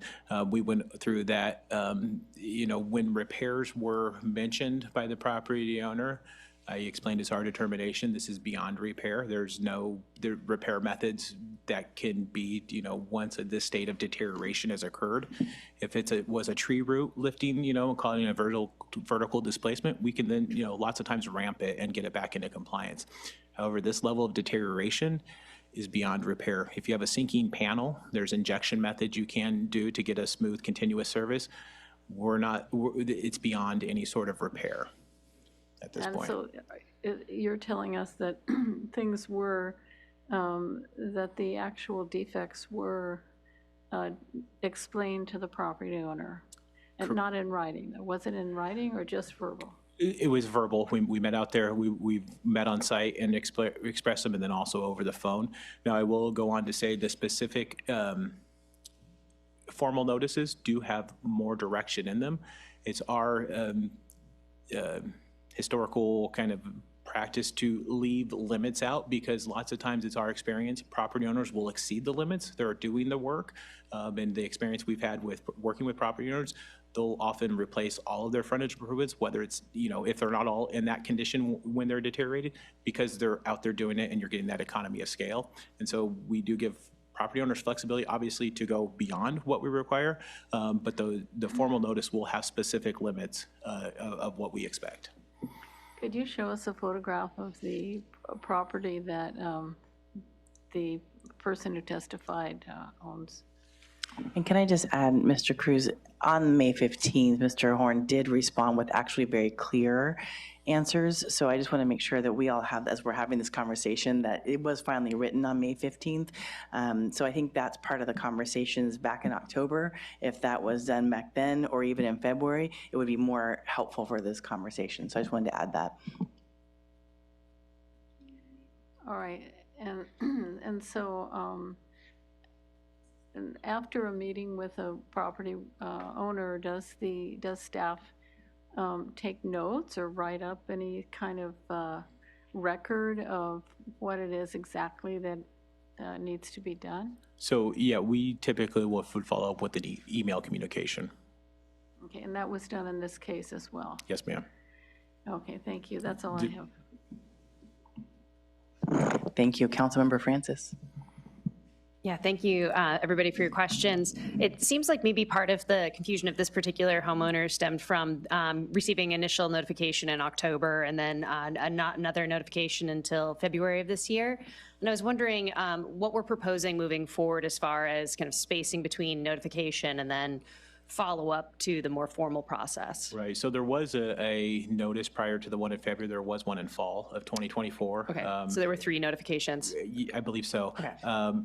And so we did have staffing challenges, and NOCs are very labor intensive. It takes a lot of resources, and to be honest with the council, it's one thing that fell off when we didn't have a permanent supervisor. We since have a permanent supervisor and a superintendent overseeing streets and signals program, and so we now have that bandwidth to work on these. And so it did fall off, which is why we really started the process over again. Didn't feel right to start kind of midstream. So if a homeowner, received a notification, say in October, and then it sounded like they misinterpreted their meeting and thought that meant that the notification was no longer valid, was there a way for them to know that notification still stood, or should they just have assumed that because there wasn't a letter that it was overturned? I guess I'm just kind of curious how they might have known where they were in the process after that meeting. After the initial meeting they had? After the October meeting, it sounded like they had an initial meeting. October 23. October 24 was the letter. So there was a meeting, not to my knowledge, with an interim supervisor. In hindsight, I didn't know that occurred. I would have been involved in that. So it's giving clear direction and having staff out there to do that. But they did receive then a follow-up in October of 24 that should have put it back on their radar that there was still a process in place. Correct. Okay, thank you.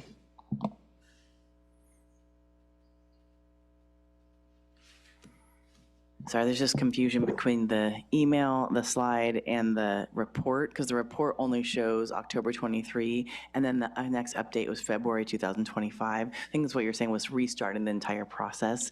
And so I think that was the confusion that Councilmember Francis is saying, and so I don't think it was clear there was a restart of the whole entire process. So I think I'm hearing a couple of things. First and foremost, that one,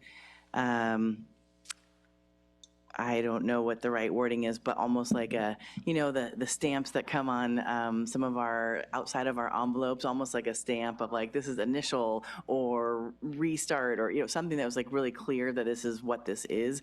But the other part is wondering, we do have a couple of different types of appeals boards. I'm not necessarily saying it needs to come all the way back to the council, or maybe it just comes back to staff, similar to a parking appeal. It seems as though if there's clarification needs, that it would be helpful to have another process before we get to the, all right, 14 days, this is what you got, and then we're doing it. So I'm just wondering if there's some sort of possibility going back to the report. Sorry, I'm trying to get back to that draft resolution where we could have one more opportunity in a sense, because we have almost 6 months in between that time period that this is your chance to appeal in a sense. And if we don't hear from you by this date, then we move forward, similar to the landlord in New York. So just wondering, is that a possibility? Sorry, it was a very long question, but I'm trying to figure out how to help kind of shape this. Right, so again, I'm gonna look to my friend in the city attorney's office to see if there would be an opportunity of like construction board of appeals or no. I don't think the Construction Board of Appeals would be appropriate. So the definition of a dangerous condition of public property as it relates to sidewalks is defined in the government code, and it's a condition of a property that creates a substantial, as distinguished from minor, trivial, or insignificant risk of injury when such property or adjacent property is used with due care in a manner that is reasonably foreseeable for walking, say, on a sidewalk. The case law is sort of what defines what is and isn't, and there's a huge variation in there. But typically, the things that are generally accepted and well established under case law is damaged pavement, cracked, uneven, raised sections of sidewalk that cause trip and falls, lack of proper maintenance, unmaintained sidewalks with excessive growth of vegetation or debris, and tripping hazards. And so that's what we're looking at here. I will tell you from experience, and I know the council knows very well through hundreds of thousands of dollars of liability exposure for sidewalk trip and falls, that this would be a condition that would be very, very difficult to defend were someone injured. And so, you know, in terms of the process, I'm not sure what addition, this is the process. So I think this is the process defined by code for this particular But what you just pathway. already shared, that additional education piece is the piece that's missing in our process so far that's being described. And I think that's the part that was missing from the emails that I watched, the email communication, as well as the communication was testified today. It was just an non-understanding. Looking at that, I 100% understand, because I've seen the claims coming through, so I have no question. But I do think there is that little bit of explanation you gave just in our Muni code, maybe just linking it, and since it's not necessarily a link, it's a mailed notice, they don't have the ability to link through, and so maybe it's more education on where exactly in that, you know, if you're, it's typically going to be the same answer for the sidewalk. We're not going to have to link to many different places, the Muni code for this. Maybe it's just a little bit more explanation in that, and then I would feel more comfortable. Just want to make sure I'm giving more clarity to the property owner so they know what their responsibility is. So, thank you. Understood, and that's actually not our municipal code, that's actually state law. Yeah, definition. wherever it comes from, just so that they have that information. That's a little bit more than saying code, blah, blah, blah. They may not necessarily go to that or know where to go, and it gets really confusing even when you Google sometimes. So, Vice Mayor. Yeah, so just going back to what's in the agenda packet about this particular property, just to circle back to that, it seems like there might even be a communication missing from what's on page 303 of the packet, which says that they've got their first informal notice on October 17th of 2023. Then they received some emails. There were some emails regarding meeting with the property owner in November of that year. And then it looks like there's a gap until February of 2025. So to me, if I was that property owner, if there is no communication between that time, I would be left wondering, okay, maybe I'm off the hook with this. Maybe it's not a real thing. Maybe there was an error. I guess I don't need to worry about this anymore. And then there's communication in February of this year, which, okay, so now I realize that this wasn't an error and maybe there is something that I'm responsible for. And then communication in March, and then here we are today. So I think this is what you're saying, Mayor, is that there feels like there's been, and we've all acknowledged this, possibly a lapse in communication, and maybe the property owner didn't realize what they have said, that they didn't understand what the condition was that they needed to repair. And so now I guess I'm left feeling like I'm generally supportive of what's being proposed. I like the idea of what we've been doing with the informal process before we get to the really 14-day notice and then we're going to fix your sidewalk whether you want us to or not type of approach. I like that we have been issuing letters to try and give people enough leeway and time to figure this out.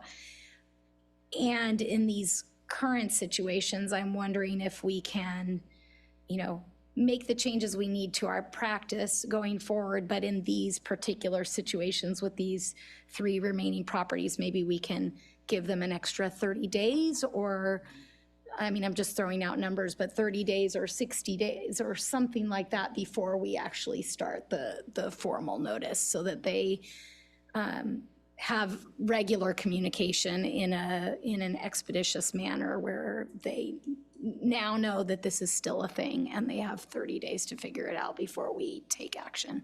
I'm just going to throw that out there and see if that's something that you all agree with, and I guess I'll look to the city attorney whether that's even something that we can do now that we have kind of gotten to the place that we are right now.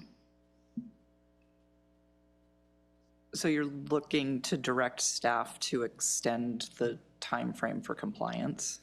For basically, yeah, like a refresh starting now that we don't go back to another 180 days, what our informal process would be, but maybe we start in 30 days with the formal process.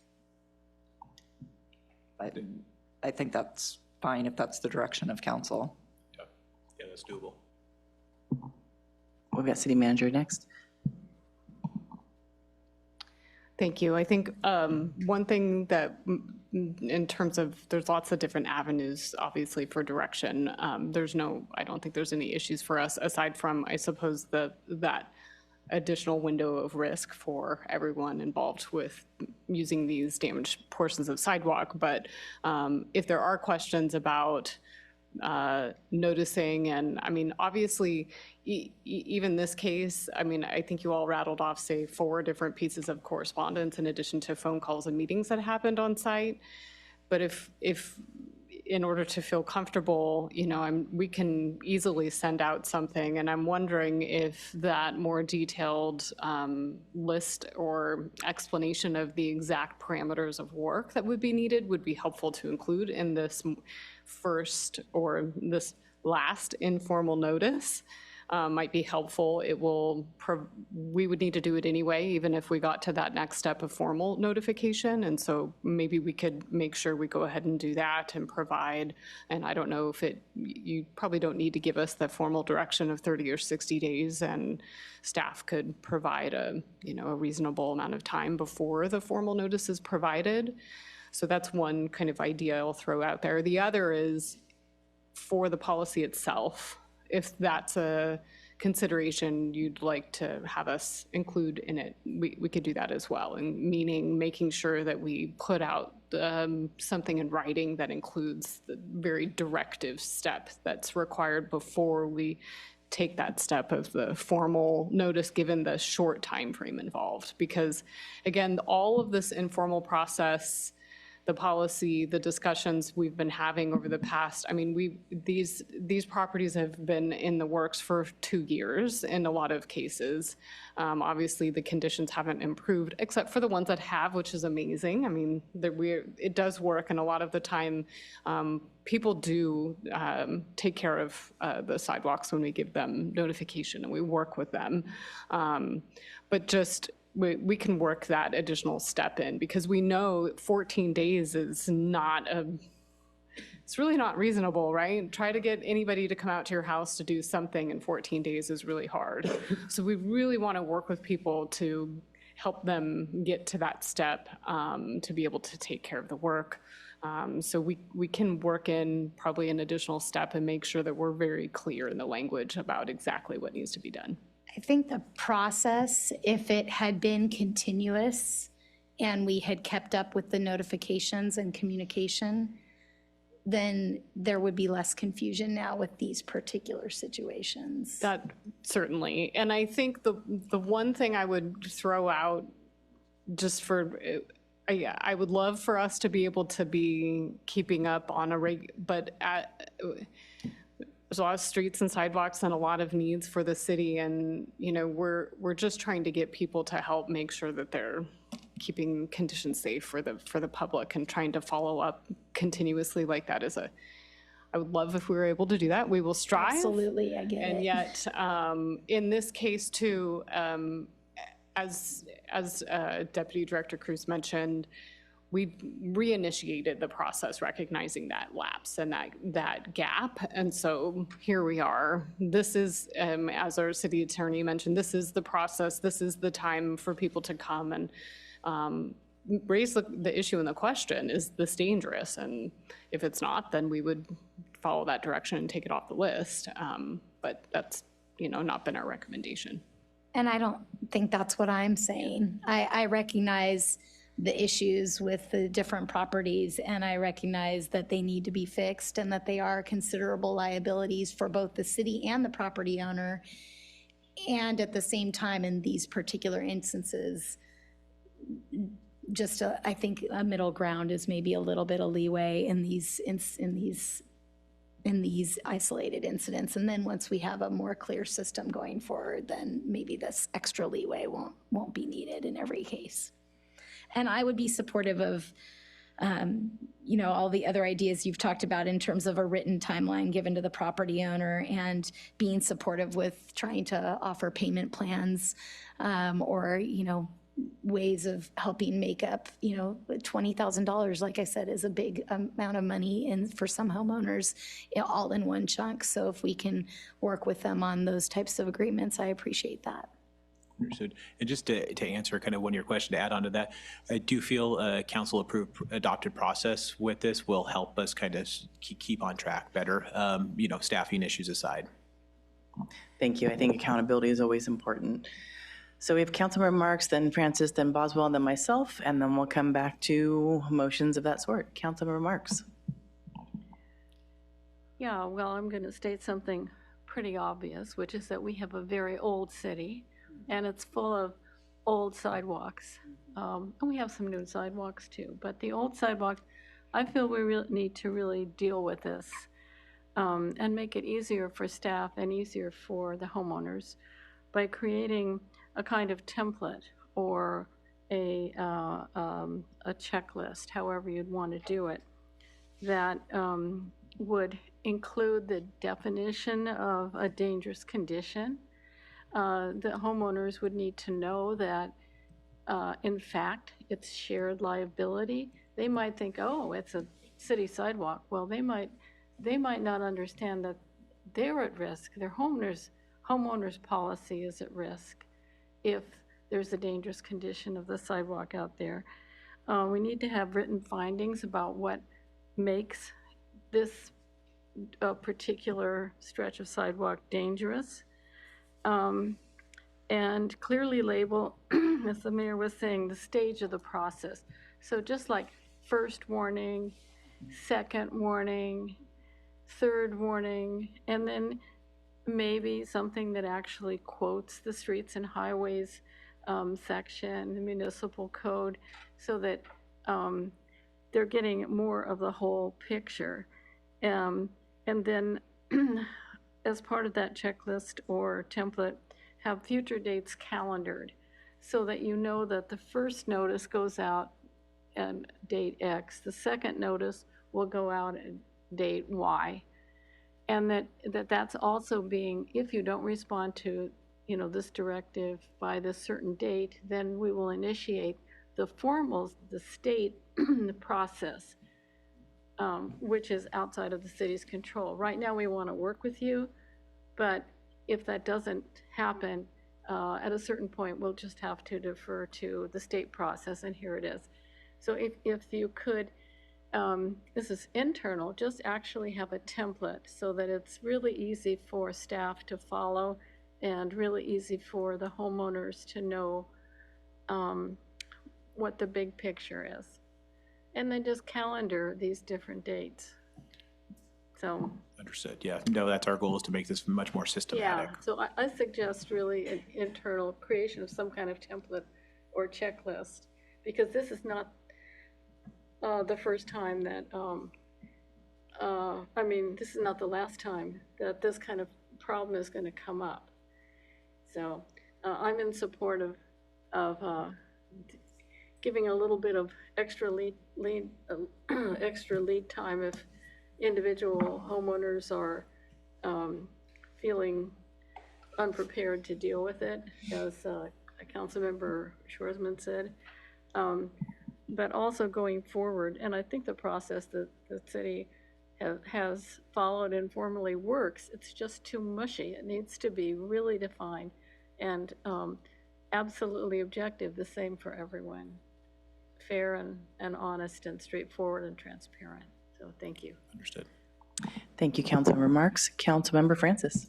Thank you so much. Yeah, I feel like maybe I interpreted all of the correspondence a little differently from my colleagues, because what I'm seeing in the correspondence that did go out to everybody here was a letter that has very specific timelines and turnarounds on it, that it had photos, brochures, the streets and highways code. So it feels like all of these materials were provided with specific timelines to all of the folks who are involved in receiving these this outreach from the city.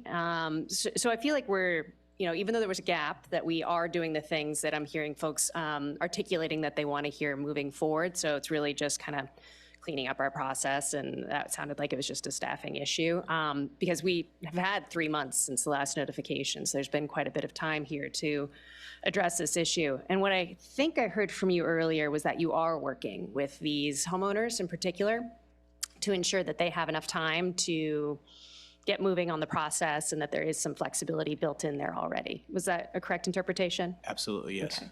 Yeah, thank you. I don't think I'm in favor of extending this any further, because it feels like that's actually been the issue so far, is that there have been so many correspondence that we just keep extending it out. I am in favor of the flexibility of working with folks who are developing a timeline, and that's already built into the process, so that's great. But I would like to kind of move this process forward. I walk with a dear friend with a walker who goes out for a mile every day, and there's no way she could safely navigate this. This is a really serious safety issue, not to mention a liability issue, and I'm really sympathetic to the costs associated with this, and so I'm glad that there are so many notifications built in so that people do have some time to make arrangements for this, but I would like to see us move forward with this process. Thank you. Thank you, Councilmember Boswell.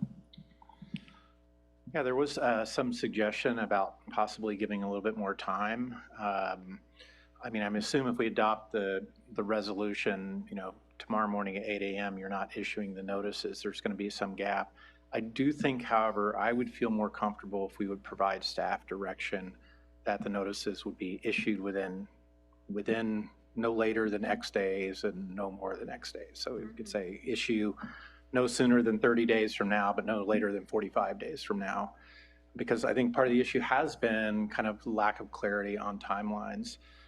So I'd maybe like some input from staff if that's a reasonable suggestion, or I'd entertain different, days or whatever. But I think we should be clear that, it's not just going to keep going on because negotiations continue to go on. And that's the point. Yeah. Yeah. Good point. So can I just add in with that before you start, Mr. Cruz? Sorry. I think when I look at the conversations that have been had on this email from March till now, I hear you, Councilmember Francis. The last one on May 15th was explicit. And so I am fine with us moving forward without giving additional time, because it went beyond the Muni code that was shared earlier in March, et cetera. So I'm fine with moving forward.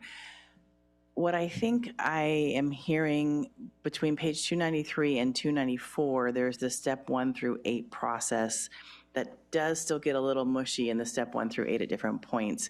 I think because I'm just very visual, I see kind of a decision tree picture in my head. And I think when we get to already step number 2, I think that if this, then that is kind of where I'm kind of missing it. So first notice, you got it, you're gonna get that within 30 days, gotcha. And then the acknowledged notice, if the city does not get back an acknowledgement within 30 more days or 60 days, 60 more days or 60 days total, which is 30 more days. That was where I was kind of confused. And then if we don't get it by that day, then we're going to send you another informal notice. Makes sense. And then if nothing, then we send you the formal. But then there's in between there, the submit plans and obtain permit. So I think really with that second informal notice to correct table, there's the first notice, acknowledged notice. If they then are saying, yes, they acknowledge that they want to move forward with plans, then there's that tree. And then if it's first notice, they don't acknowledge notice, then we're moving to second informal notice as in box 3. Is that correct? Sorry, it's a very long question, but I was trying to understand the table. That's where I was kind of getting confused. So yes, the total, we have a 120-day timeline within the first notice. And then Right, the okay. second notice is an additional 90 days. So we're at 220 days total. Right, okay. So I think maybe that is more time than necessary. And maybe that's where that first and second notice happens. And then you get into now we're getting ready to move to the formal, which then that extra time in a sense moves down to the formal, which allows for you as staff to be able to give that flexibility when the property owner is responsible and is responding, and is saying, hey, I need more time, because then you have more time in that same timeline, but yet it's more of talk to me, 30 days, talk to me, 30 days, you haven't talked to me, now I'm moving forward. So I feel like that's where that consistent, quicker conversation is probably helpful. Okay. So that's my 2 cents. I don't know if you all feel that way, but I feel like that consistent, I have a bill, gotta pay it kind of feel versus I'll see a second bill in 6 months. That concerns me. Councilmember Marks. Yeah, I just think I'm going to go back to what I said before. We need to have all that up front so they know when they get the first notice how it will unfold. And the other thing is a written definition specific to the property about what makes it dangerous. And certainly Public Works has expertise. I mean, you could just look at that picture and go, ooh, that's dangerous, And someone with a walker or a baby carriage would have trouble negotiating that for sure. But from the property owner's point of view, and it is a significant amount of money that we're talking about, having some kind of written findings at the beginning would be really, really helpful so that they know exactly what they need to do. And if it is not possible to repair it, also to just say it is not possible to repair it because of X, whatever that is. So yeah, in terms of the timeline, I actually would feel fine about leaving that up to staff. But I just would like to have it systematized in such a way that, and calendared in such a way that there aren't large, crazy gaps that don't happen and then everybody gets confused. So it just needs to be a little more bureaucratic, I guess. So I'll stop right there. Understood. One time they were asking for more bureaucracy. More bureaucracy. Vice Mayor. Right. Yeah. Asking for more bureaucracy. Can you go back to the slide with the actual recommendations on it? Yes, ma'am. At the end. So the number 2, so I guess I'm in favor. I think item number 1, adopt a draft resolution approving the process for issuing informal and formal notices to correct for frontage improvement deficiencies that are within the area regulated by.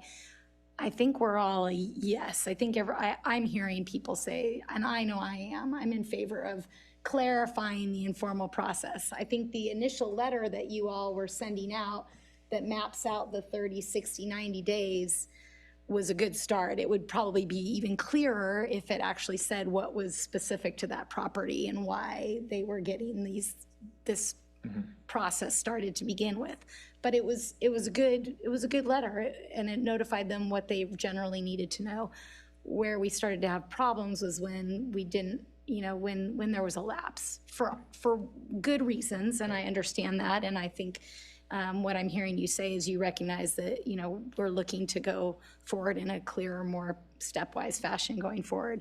So then getting to number 2, with the resolution, and we would need to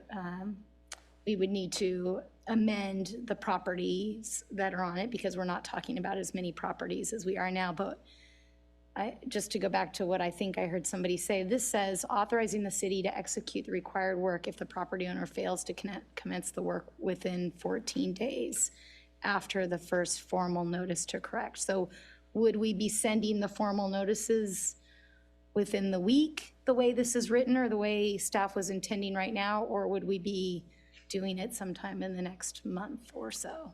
When's that 14-day timeline going to start for these properties that we're talking about? It would start immediately upon issuance of the formal NOC. And so, if we got no direction from council to extend that timeline, it would happen within the next 1 to 2 weeks. So likely, obviously after the holiday, sometime late next week, early the following week. So more than likely beginning of June, without barring any other direction from council.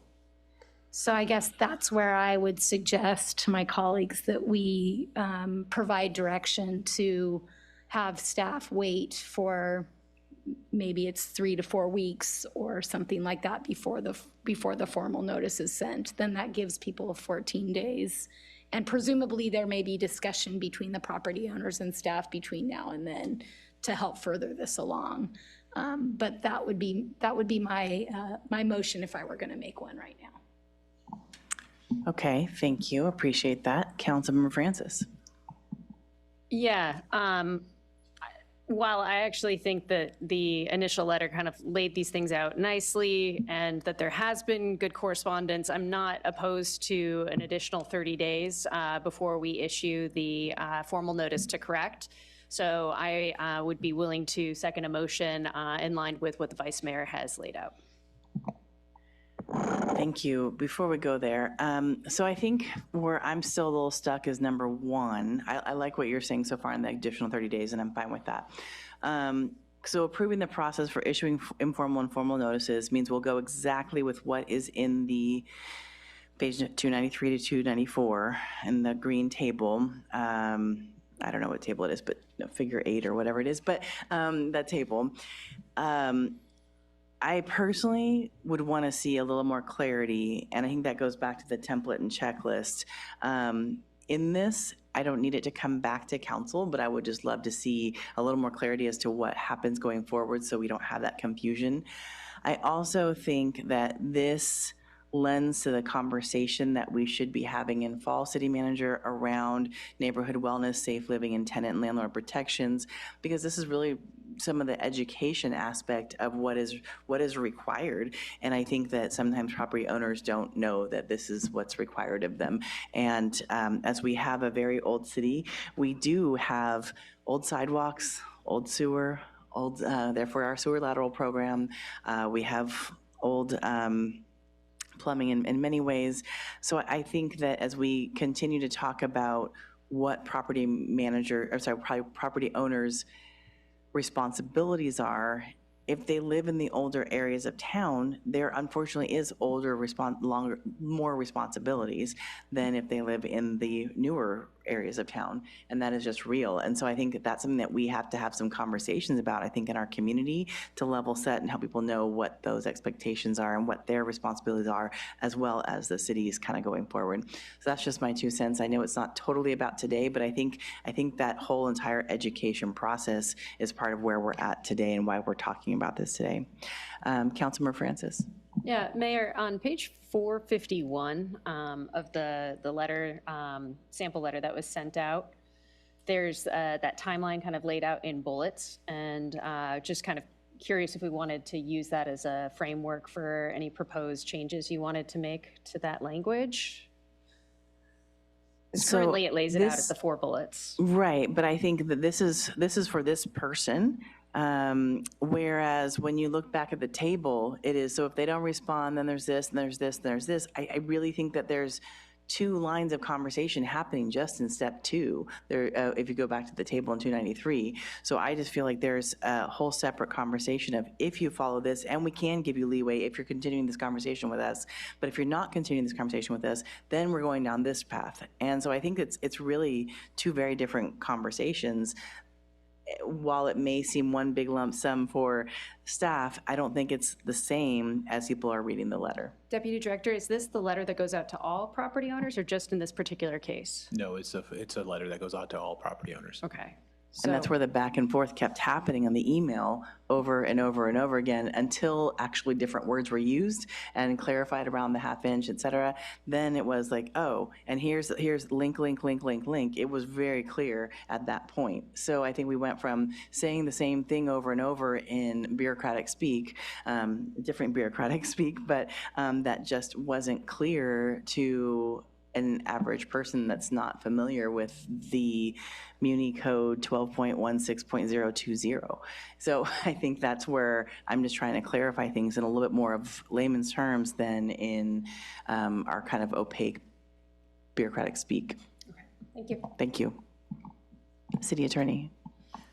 I just wanted to point out, Mayor and Council, that we do have, if you enter sidewalk repairs in our website, there's a very comprehensive page on our website that's the first thing that comes up that includes a trifold and has a FAQ, and so that's available. And so if there's some desire to, we can look at the notice and incorporate some of the things that we've heard tonight into the notice template, working with Public Works. That would be beautiful. I think whether it's a definition of dangerous condition. yeah, on whether public it's a property. link or whether it's attached, I think that's exactly what is missing for that clarification. Councilmember Boswell. Yeah, regarding the draft resolution that we've been talking about, I believe that's Exhibit 7AC. It looks like we're simply formalizing that we have an informal phase distinct from a formal phase, and that staff would have the flexibility to incorporate some of the comments that we've made. We're not actually like adopting that 1 through 8 step table. Is that correct? Well, it would, yes, it's acknowledging the process, but also what we're hearing from council is if property owners are working with us, that is not an absolute timeline, but this is the framework we would work under. So, staff, do you feel there's, if we adopt the resolution as written, there is flexibility for you to incorporate some of the additional feedback in how we do that informal process, which is the part we can control?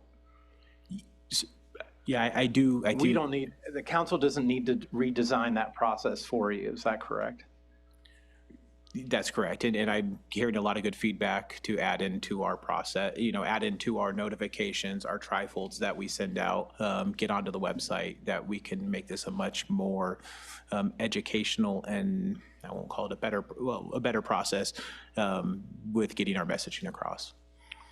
Okay. And I just add that I would ask that at some point we report back to the council on how the resolution is essentially going to be implemented going forward.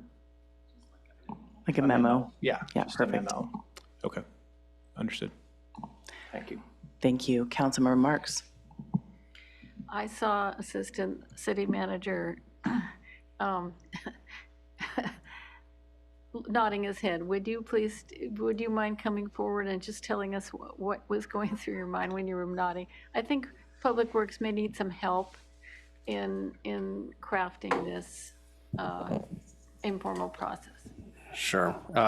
In exchanging with City Manager Whitney McDonald as well, Scott Collins, Assistant City Manager, and I think what we can do is tighten up some of the graphics, so make it cleaner, like the mayor was expressing, and then some kind of template form that makes it easier for staff to get their work done. Because as I've been working with them this past few months, I see a lot of these processes are manual and not automatic, so it creates a lot of work and drag for them. So I think if we create something that's more systematic and has graphic formats that people can consume easily, it'll be much better for everyone. And so that's what we're committed to doing. That was the head nod. Thank you. Thank you. Vice Mayor.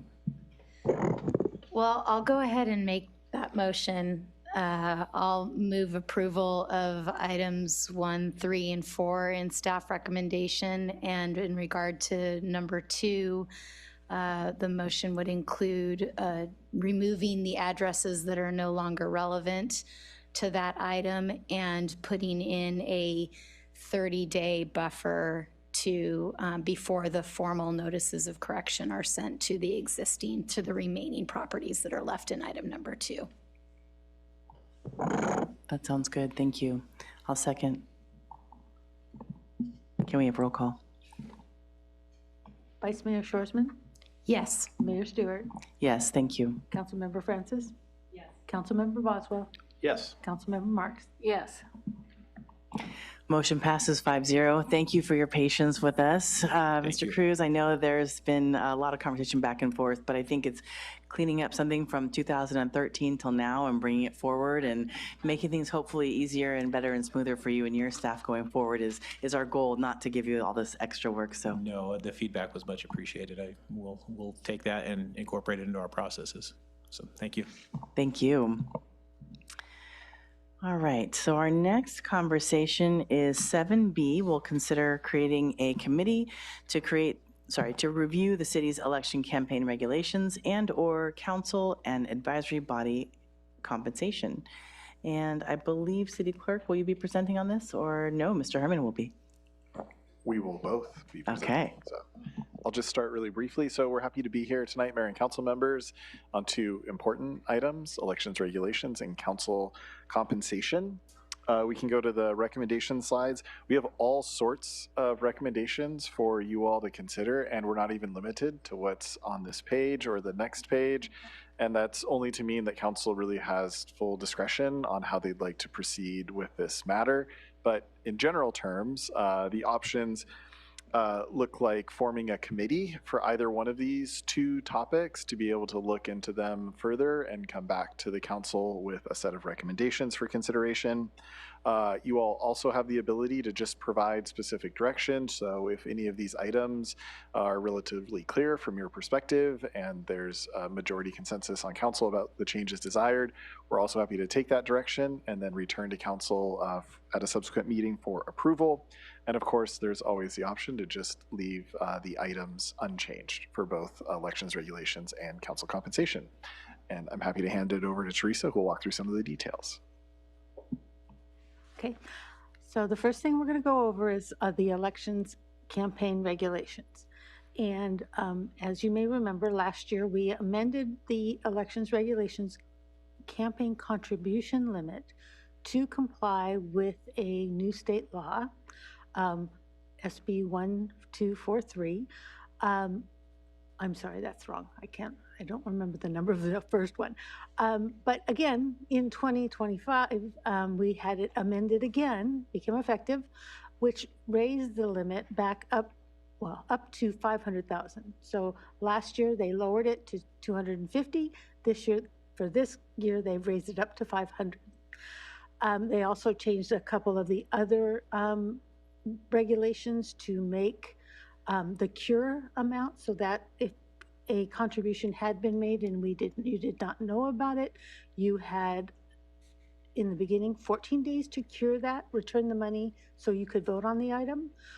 They've changed that now to 30 days to cure it if that was it. That actually did not come into play for this council because you lowered the limit to underneath the maximum amount. And then there were 2 other small amendments, one exempting city attorneys, and then the other one was clarifying what the decisions were pending, what the word pending meant before the board. So those the 3 other parts do not require any change because it's just more clarifying language for the Political Reform Act. To think about what that was. The real thing to consider is whether or not you would like to leave the single person contribution limit, single allowable, from 250 or change it back to 300 or go up to the 500. And then on what allows you to do this change is the municipal code, which states that if you want to do this, you have the ability, you may appoint a committee, but it does not say you must. So that's where all of the flexibility comes in your recommendation, where it says you can do this or this or this, because it's really at the council's discretion on which one to do. I will tell you that the last time we did do an elections regulation committee was in the early 2000s. We haven't actually looked at the elections regulations in a whole, I'm sorry, it's it's like 2000, late 2010, because and at that time it was just to exempt. Our regulations used to say that we had to do them every 2 years, the committee, and review them and that. But the change in 2017, I believe, if I'm correct, was to take away that, and it's just at the discretion of council. You can have them reviewed at any time. It was like you've noticed with the council compensation, it's a lot of work to do it every 2 years to not make a change if nothing is really needed. Now on to council compensation, which is a little bit clearer because we do it more regularly. So the charter says that compensation for the mayor and council should be reviewed biannually in even years. Recommended adjustments become effective in the January after the next election. So in this instance, we're going to be reviewing them in 25, 26, but they do not become effective until January 27. So it's portions of you are not voting on things that you're actually going to get. In 2024, the council approved a CPI increase of 3.8%, which raised the monthly amount for mayor to $2,923 and the council members to $2,319 per month. And the Planning Commission and the ARC monthly allotment would be $347. The last time we looked at full compensation was in 2020, where we appointed a committee and had them look at it. Another thing that was asked at one point was about your professional development.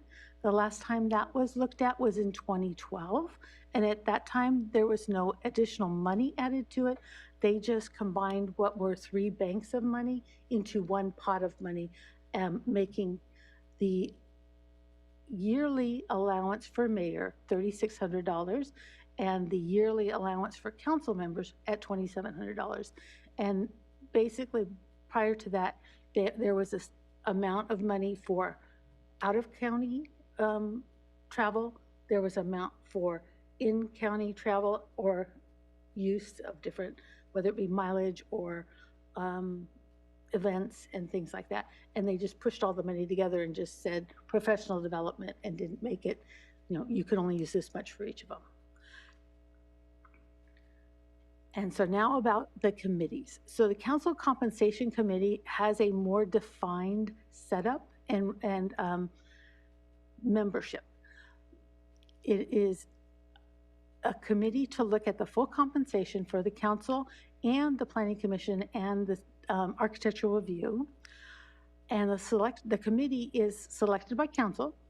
It should be made up of 1 previous elected official, 1 member of our current personnel board, and then 5 other members. And each council member would submit names to the city clerk. The city clerk contacts those people to verify that they are interested in serving, and then those names are brought back to the council at another meeting to formally appoint them or not, who would be appointed on the board. For this process, if you chose to do a council compensation committee, we would have you provide me with the names of those people by, sorry, I got ahead of myself, by June 13th, and then I would bring that back to council on July 15th for you to appoint the board, and they would start meeting in September. They would meet from September to about February, depending on the scope of what you would like them to review and how long that would take us to go through the different processes and steps. And then we would be bringing back their recommendation to you in March of 2026. And so our recommendation, if you do choose to appoint committees, that you could appoint one committee. And if you did appoint one committee, use the selection process for the council compensation, because again, it is more defined. It just doesn't say 5 members. And then that takes us back to our recommendation, which is, again, 2 slides worth of all the things that you could do. Wow, it's kind of like a tongue twister, this whole process back and forth. It's like the Mad Libs or what was it, Choose Your Own Adventure. Well, thank you for going through all of this. And I don't see anyone for public comment, so I think we'll go into questions quickly. Vice Mayor. Just a clarification, you said something slightly different than what was on the slide, and I think the slide is wrong a couple of slides back where you said what the CPI adjustment was for council. It says CPI increase of 8.3%. Was that 3.8% or 8.3%? No, it is 8.3. Yeah, and then what it is it's the combined 2-year. So 1 year it was 3 point something, and then the next one it was 5 point something. Okay. We did it in the combined. Okay, thank you for that. Thank you. Councilmember Marks. Yeah, I actually was on this committee,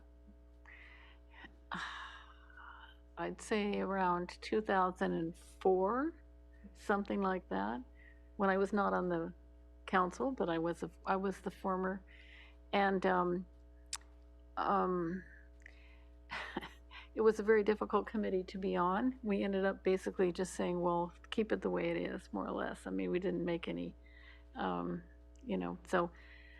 I don't personally. Well, we're in deliberation now, right? Yeah, since we have. Yeah, I personally think that what we've got with the CPI raises is good enough. My question is with the professional, our professional development allowances. Do we use it all up? And is it enough for the mayor? Is it enough for council? I have no idea about to what extent that money is used or not used. It isn't. I mean, it depends on the year. Different committees. I will tell you, more recently, it's not been enough because the cost of trainings and travel has increased exponentially. Deputy City Manager and I were looking at that, and I think he did some calculations as to what the CPI would have been, or the increase of that value of money from 2012 to now. So I will. Thank you. Yeah, so we were having this exact conversation a couple of days ago. And so sort of another option that the council could consider is sort of a CPI catch-up on professional development since 2012. We're able to go back and look at those CPI increases. There's a great calculator online.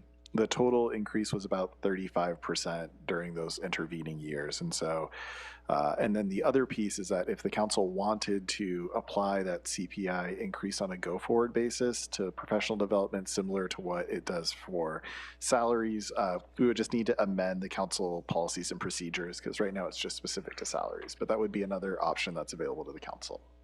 And I can go through those amounts as well, if that would be helpful. Yeah, what are the amounts? Sure. Yeah, for mayor, the current amount is $3,600. If we applied that catch-up CPI at 35%, the new amount would be $4,830.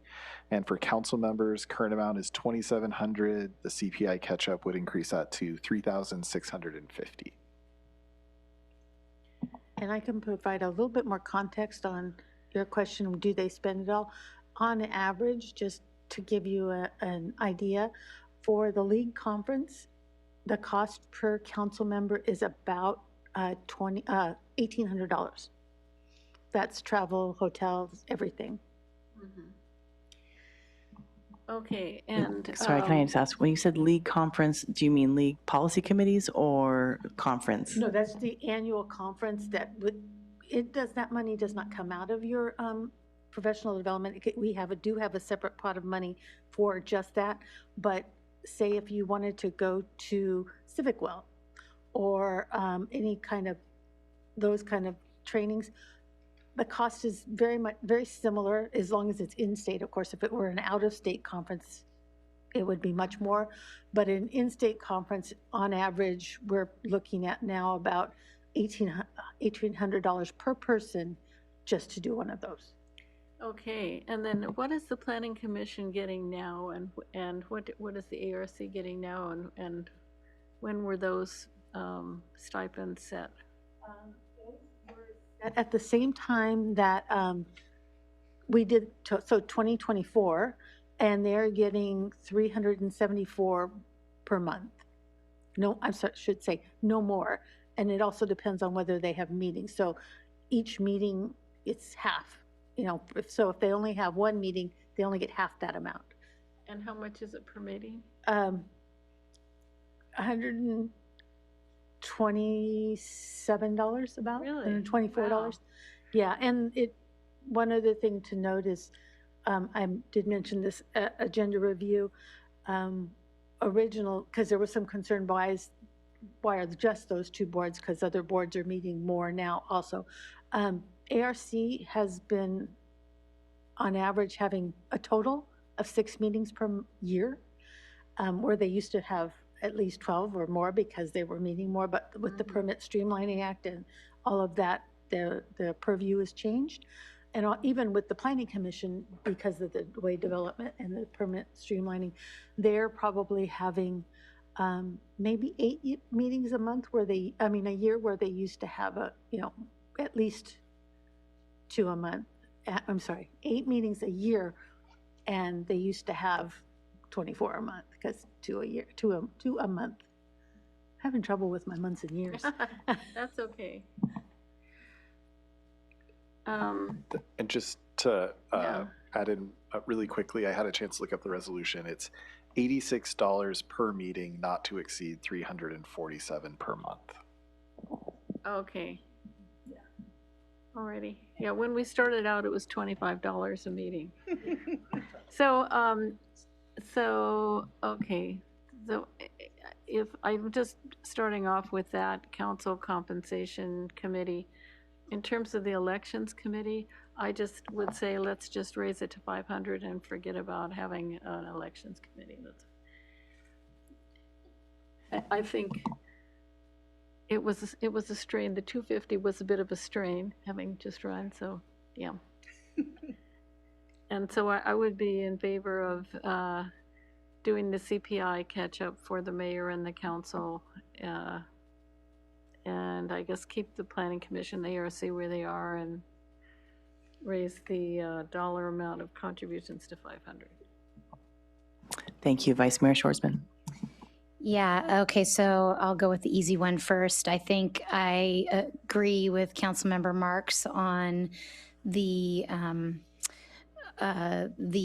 campaign donation limits. I think we changed it to 250 because of that state law, and now that the state law has changed, it makes sense to make it consistent with state law to me. So while if the majority of you would prefer to have a committee, I'm okay with that too. Maybe there'll be some additional analysis that, will shed better light on that decision, but I don't need a committee, I think, for us to make that decision.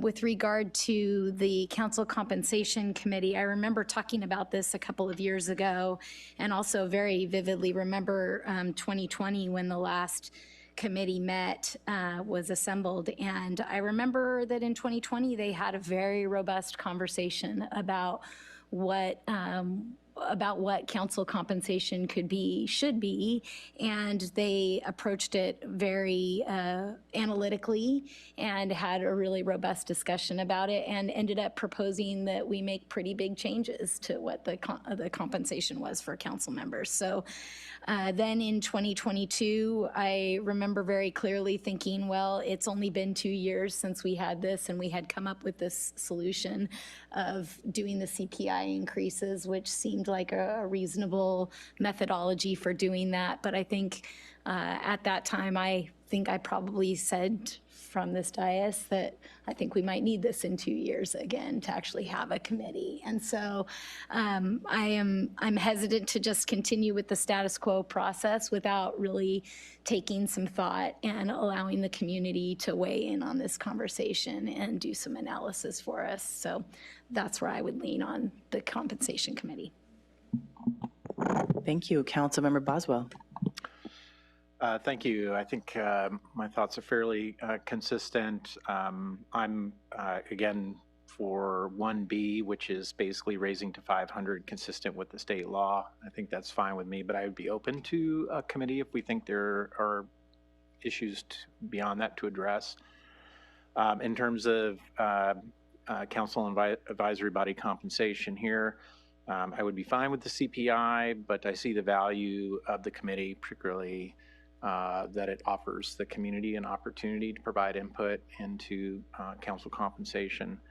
I do think we should include in that some discussion not only of the Planning Commission and Architectural Review Commission salary, but also looking at all of our advisory bodies in a sense, or looking at this sort of fresh, and because of, you know, in the past, I was on the Planning Commission for many years.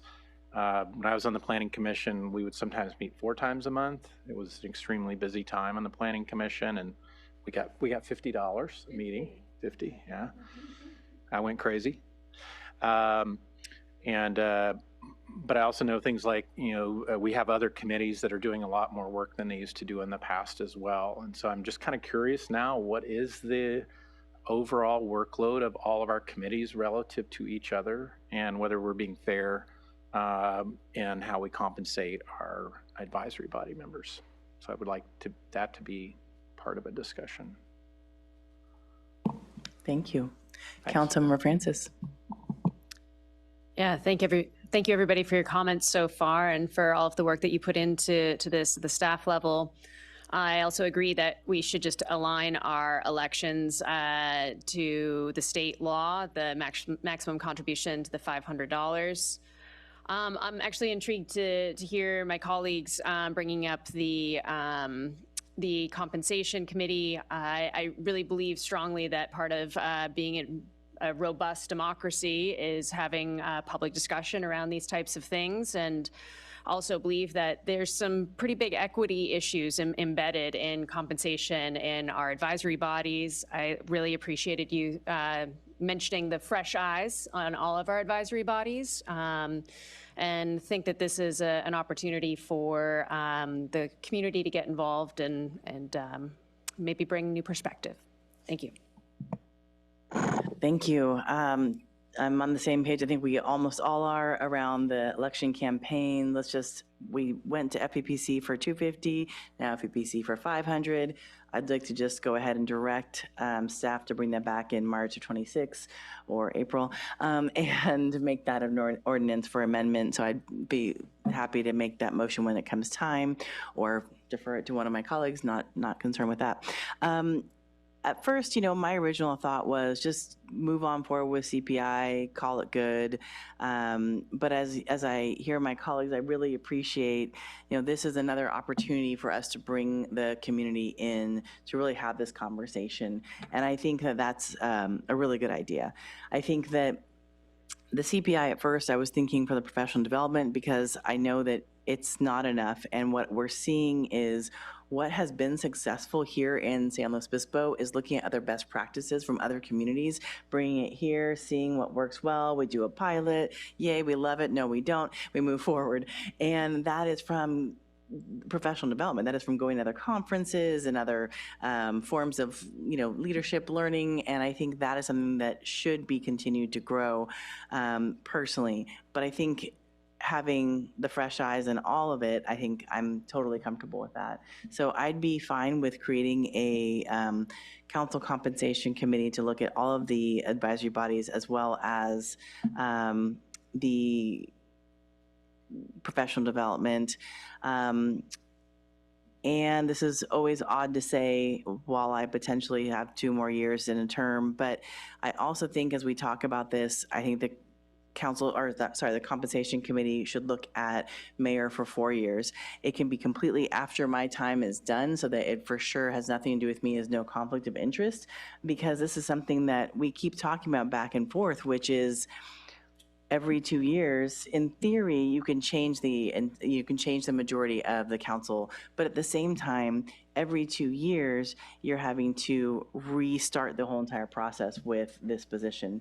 And I know that there's been some other mayors in the past that have also brought this up. You just don't get into the groove because you have to, all right, start looking at in 1 year, recreating the entire process. So I just think that's something that the council, if we're doing a compensation committee, let's have them look at it all versus just look at one thing. So that's just my 2 cents. They don't have to look at that because that's the beauty of a council compensation committee is they can say, nope, not doing that. And that's okay. Vice Mayor. I guess I don't have the policies and procedures or the charter, memorized verbatim. So my question in regard to the mayor's question is that something that we can change via compensation committee, the mayor's terms, or is that something that's in the charter? You'd have to vote on it. I believe it's in the charter. The community would have to vote on it, but at least if the council compensation committee wants to look at it, then say their recommendations back to us, and that would be added in the future elections. Okay, good to know. And then the question of whether or not we should look at all of the advisory bodies, it's an interesting idea. I guess, okay with, reevaluating, like you said, Councilmember Boswell, fresh eyes on the whole situation. I do wonder, and I guess this would come back to council, so I guess I'm thinking a little bit out loud, but, we are in a tough budget time and want to acknowledge that if the compensation committee came back with, we should have stipends for all our advisory body members, that there could be a budgetary impact to that. And so just want to kind of keep that in mind and throw that out there. But I guess we could cross that bridge when the compensation committee brought it to us. I'm supportive of all of those alternatives being reviewed if they so choose by the committee. Thank you. Councilmember Francis. Yeah, if we're looking for majority direction on whether or not to include a discussion around the mayor's term, I would also be in favor of re-examining that. Councilmember Marks. Yeah, I have to say it is definitely a pain to have to run every 2 years. Talk to Salud Carvajal about that,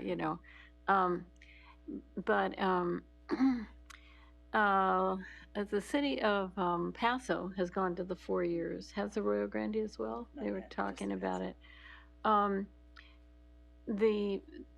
What I like about it from the point of view of a candidate is that, we're definitely having 4 years, just like a council member, that would be great. What I don't like about it from the point of view of a resident or a voter is that you can't change the direction of the council every 2 years. And so you have this opportunity to elect the majority every 2 years. So, and I don't think that the Council Compensation Committee would be a place to consider that. I think that would be a whole nother thing. That would be, when do we have to determine what to put on the ballot? When does that come up? You have to make a decision on it, would be by August of 2026 is the drop dead date of having to get it to the clerk recorder to get on the ballot. Okay, so backing up from that, it would be? Probably, depending on how much outreach and engagement you wanted to do, when we do a ballot measure, which this would be 2 years, a year? At least, ahead of doing a ballot measure, because Right. we are opening up the charter to do that, so. Right. So are we doing a ballot measure? Is there anything else that we'd be putting on the ballot at that time? Do we know? Yeah. City manager. So I'm not saying we should, I'm just trying to think through the process, so. Are we putting anything else on the ballot? We currently do not have any plans or direction to put anything on the ballot in 2026, at least not on behalf of the city. We know there are other measures that are being contemplated locally that could impact city residents, but the city does not currently have one.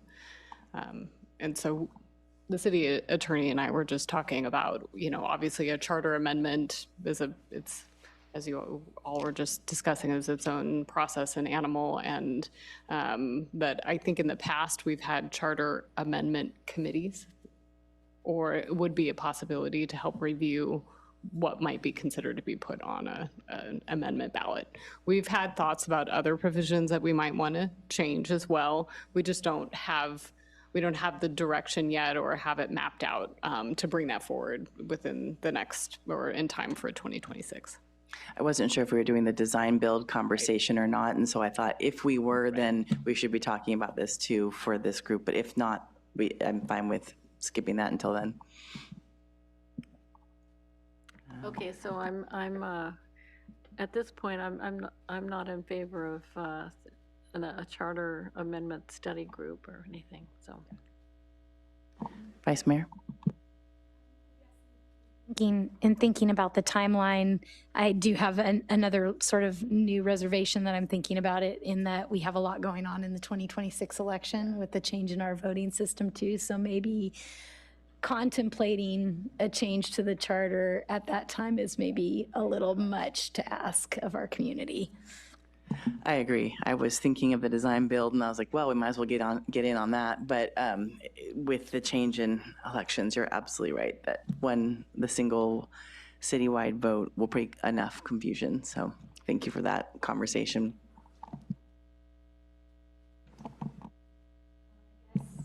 Vice Mayor. With that, I'm willing to make a motion that we direct staff to move forward with a council compensation committee that reviews compensation for council members, the mayor, and advisory bodies, inclusive of not just the Planning Commission and the Architectural Review Commission, but a fresh look at all of the committees. And I think that's it. And does that include the professional development conversation as well? Yes, Okay. I'm sorry, entire compensation packages I was thinking for council, including the professional development. Perfect, thank you. Do I have a second? Councilmember Francis. I'll second. Perfect, thank you. Can we have roll call? Vice Mayor Shorsman? Yes. Councilmember Francis? Yes. Councilmember Boswell? Yes. Councilmember Marks? Yes. Mayor Stewart? Yes, and the motion passes 5-0. Thank you for the conversation. Sorry to throw in that wrench around the charter. Was just trying to think about when do we, I feel like I'm playing double dutch with that conversation sometimes, is when do we get that moving so that the next mayor doesn't have to have that conversation when they're still in office. So if we do something in the future, I hope that someone considers that conversation. All right, so last but not least is the I think Councilmember Boswell just brought up, did we actually do a motion for the elections regulations? I don't think we did. Oh, I don't think we did. You're right.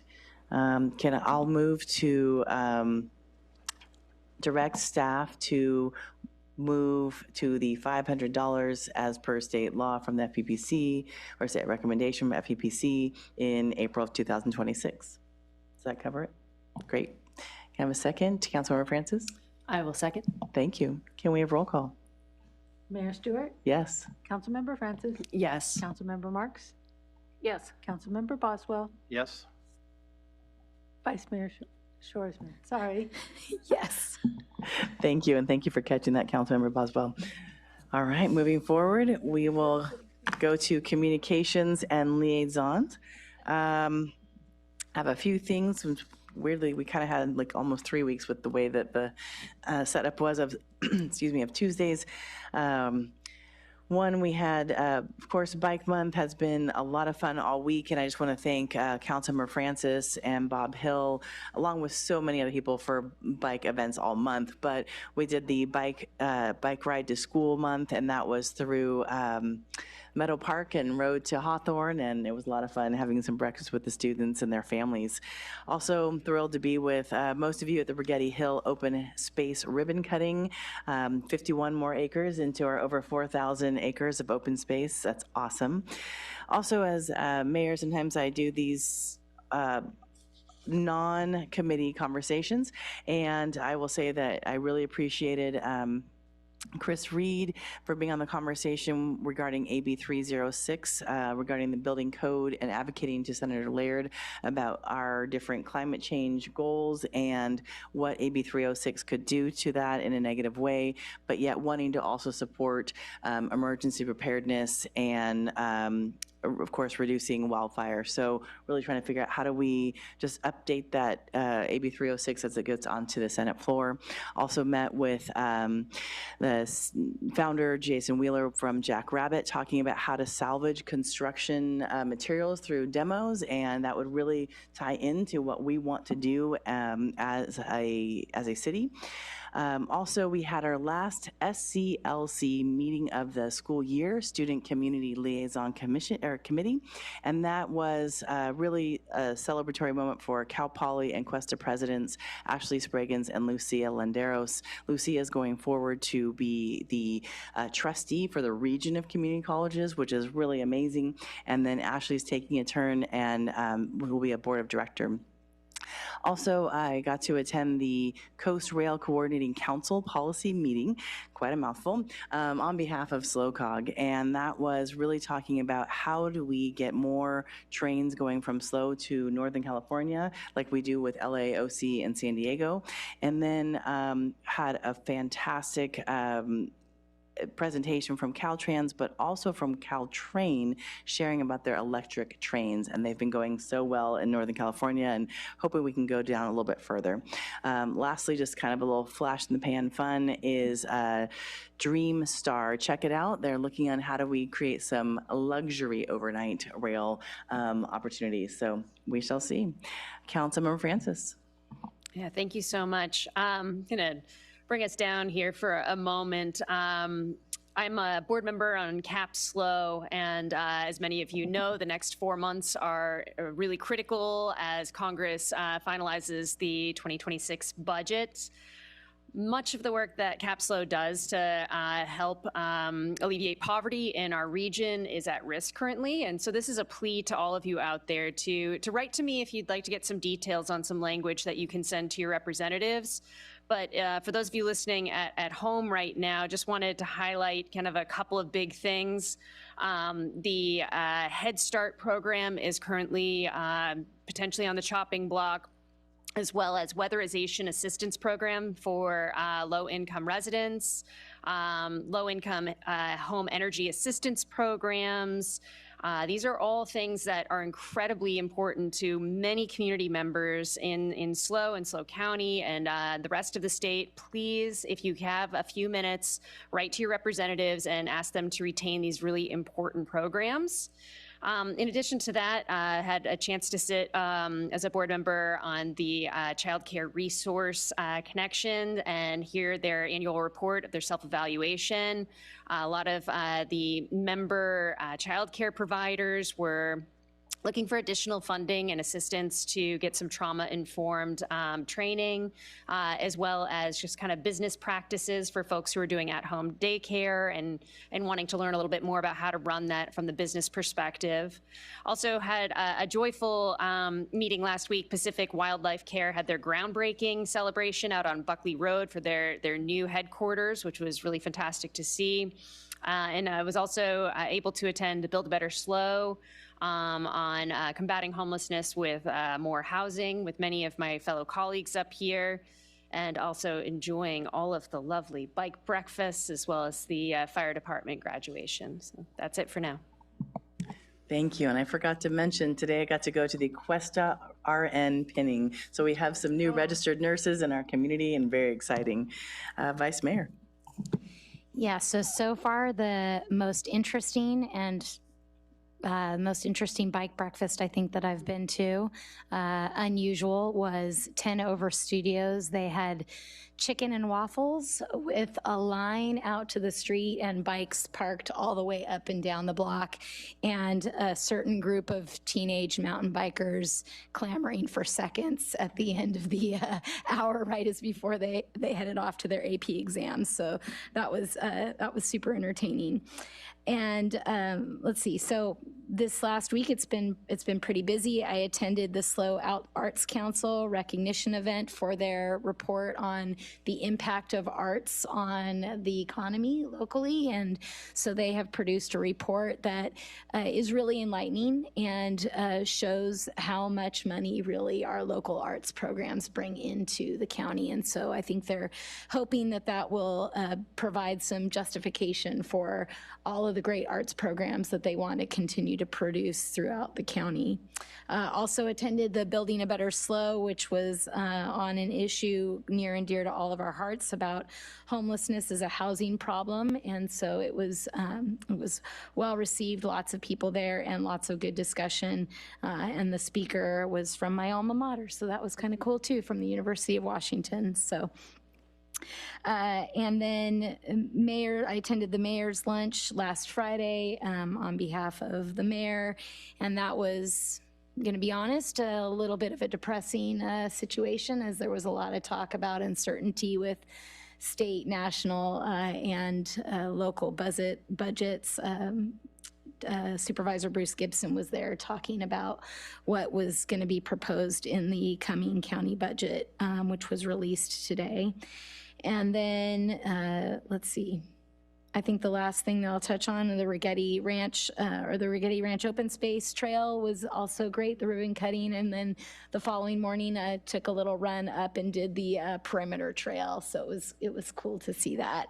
And I know that there are lots of mountain bikers cutting their teeth, I guess is the phrase, on that new little trail. So that's great to see as well. And then last but not least, I have a Homeless Services Oversight Council meeting tomorrow at 1 p.m. at Department of Social Services, and those are meetings open to the public in case anyone wants to join. Thank you. Will you be talking about the governor's encampment, new encampment ordinance around HSOC?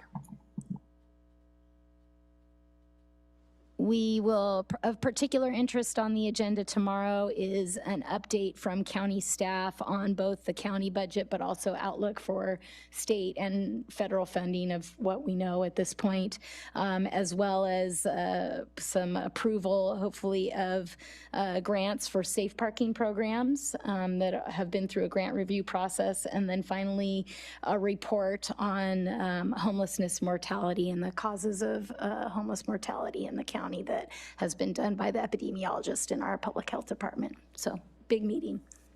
That is a big meeting. Thank you. Councilmember Marks.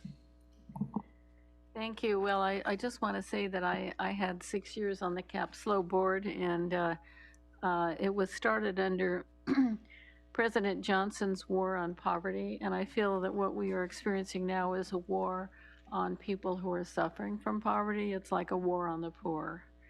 So that's editorial. You know, I'm very sad to hear about that, and I know it's a big battle. Yeah, let's see. So tomorrow we have an Air Pollution Control District meeting at 9 o'clock, and on the agenda is the appointment of Carl Tupper as the new Air Pollution Control Officer to replace Gary Willey. And he's an internal candidate who's got a very, very stellar scientific background, and I think he's going to do a good job. We're also on the agenda is the creation of a deputy air pollution control officer. That position has not existed before in a formal way, but there was a second internal candidate who was also really excellent besides Carl, and so the thought is that if Carl appoints that person, we would have a really strong administrative team there at the top. In terms of the Integrated Waste Management Authority, we have undergone a lot of interviews, and we have identified a really fantastic candidate, and the offer has been made, and now the reference checks and background checks are going on. So we should know sometime in the next week or two about whether or not this person is going to work out. In the meantime, Peter Krohn, his last day will be June 30th. However, he's on the agenda coming up for the board. Oh no, on the past agenda, we approved continuing him on as in an interim, as interim executive director until we have a formal one. And after that time, he'll be like a consultant because whoever is the new executive director will not have that intimate kind of information expertise that Peter does from all of his years of working for 12 years on the IWMA as the program person. He worked for Waste Management. He also worked for the county when they had their little mini IWMA when the county withdrew. He's the one who put that together. So anyway, he's been director for 3 years. So he's not going anywhere, but he is definitely going to reduce his hours. So on May 10th, I went to a League of Women Voters meeting, biennial meeting, and Biz Steinberg was honored at that time, both by the League, and also she was surprised that to receive a state award from Dawn Addis. It was a really good boost given the duress that Capslo is under right now. That afternoon I went to the City Farm Slow sheep shearing shindig, and it was another sterling success, and the sheep did get sheared, which is really great. Also, the Rigetti Open Space ribbon cutting was fantastic. I think we had the whole council there. It was quite a deal. So yeah, it's been a busy couple of weeks, but it's all good. So thank you. Thank you. Councilmember Boswell. Yeah, thank you. Yeah, it's been a fun couple of weeks with the open space ribbon cutting, the bike breakfast, and some other bike events. The fire department graduation ceremony, which is fantastic, with the bagpipe players, which is really fun and cool. Let's see. Couple things. The May 15th LAFCO meeting, I was not able to attend, but I reviewed the agenda in advance and I reviewed the minutes. There was nothing, no city business on the agenda. Basically, they were handling just some internal matters. And the Airport Land Use Commission, which is tomorrow, has been canceled. So, and then just finally, next week, I'll be at the National Association of City Transportation Officials National Conference in Washington, D.C., learning the latest on transportation planning, particularly around active transportation with their newly released guide on bikeways planning. So there'll be a lot of attention to that. Really excited. I'll hopefully bring back some good ideas for the city. But it does mean I'm going to miss the dog park ribbon cutting, which I think is going to be like a darn good time. My regrets for missing that, but hopefully I'll be doing something at least equally valuable. Maybe not quite as much fun, but yeah. That's all I have. Thank you. Thank you so much. Well, talking about a little bit of fun, I know that a lot of people will be at the Wildfire Preparedness Month event on Thursday, but I will also be raising funds for Capslo on Thursday from 5:30 to 8:30 at Betas. So if you'd like to stop by, please do. Trying to figure out how do we help in any way, shape, or form. I feel like it's back in the days when we had to do a bake sale for basic government. So here we are. Thank you so much for a great meeting, and thank you for the robust conversation today. And I hope you have a wonderful next couple of weeks. I want to thank Vice Mayor in advance for handling a lot of mayor duties over the next couple of weeks. I'll be out of town from the 26th through the 6th, and I'm sorry I will miss the June 3rd meeting, but I appreciate you running everything. And the dog park, I know, I tried to ask them just wait a couple more weeks, but the dogs are excited and I can't let them down. So I thank you. I appreciate it, Waffle. Appreciate it. And I'm also, sad that I missed the shindig, but I can't make it all. Councilmember Marks. I'm going to also miss the grand reopening of the dog park, even though I'm a big booster and a member of Friends of the Dog Park. But my third oldest grandson is graduating from high school in Sun Valley, Idaho. And so I'm going to be back there in Idaho, so that's why I'll be missing it. And this Thursday, I will not go to the wildfire because my second oldest grandson, who's at Cal Poly, is doing his senior project presentation, and it's on constructing a wildlife bridge over the Cuesta Grade. Yeah, and it's all hypothetical, but it's going to be a lot of fun. He's very excited, so thank you. Well, thanks everyone. Hope you have a wonderful night, and we'll see you in a couple weeks.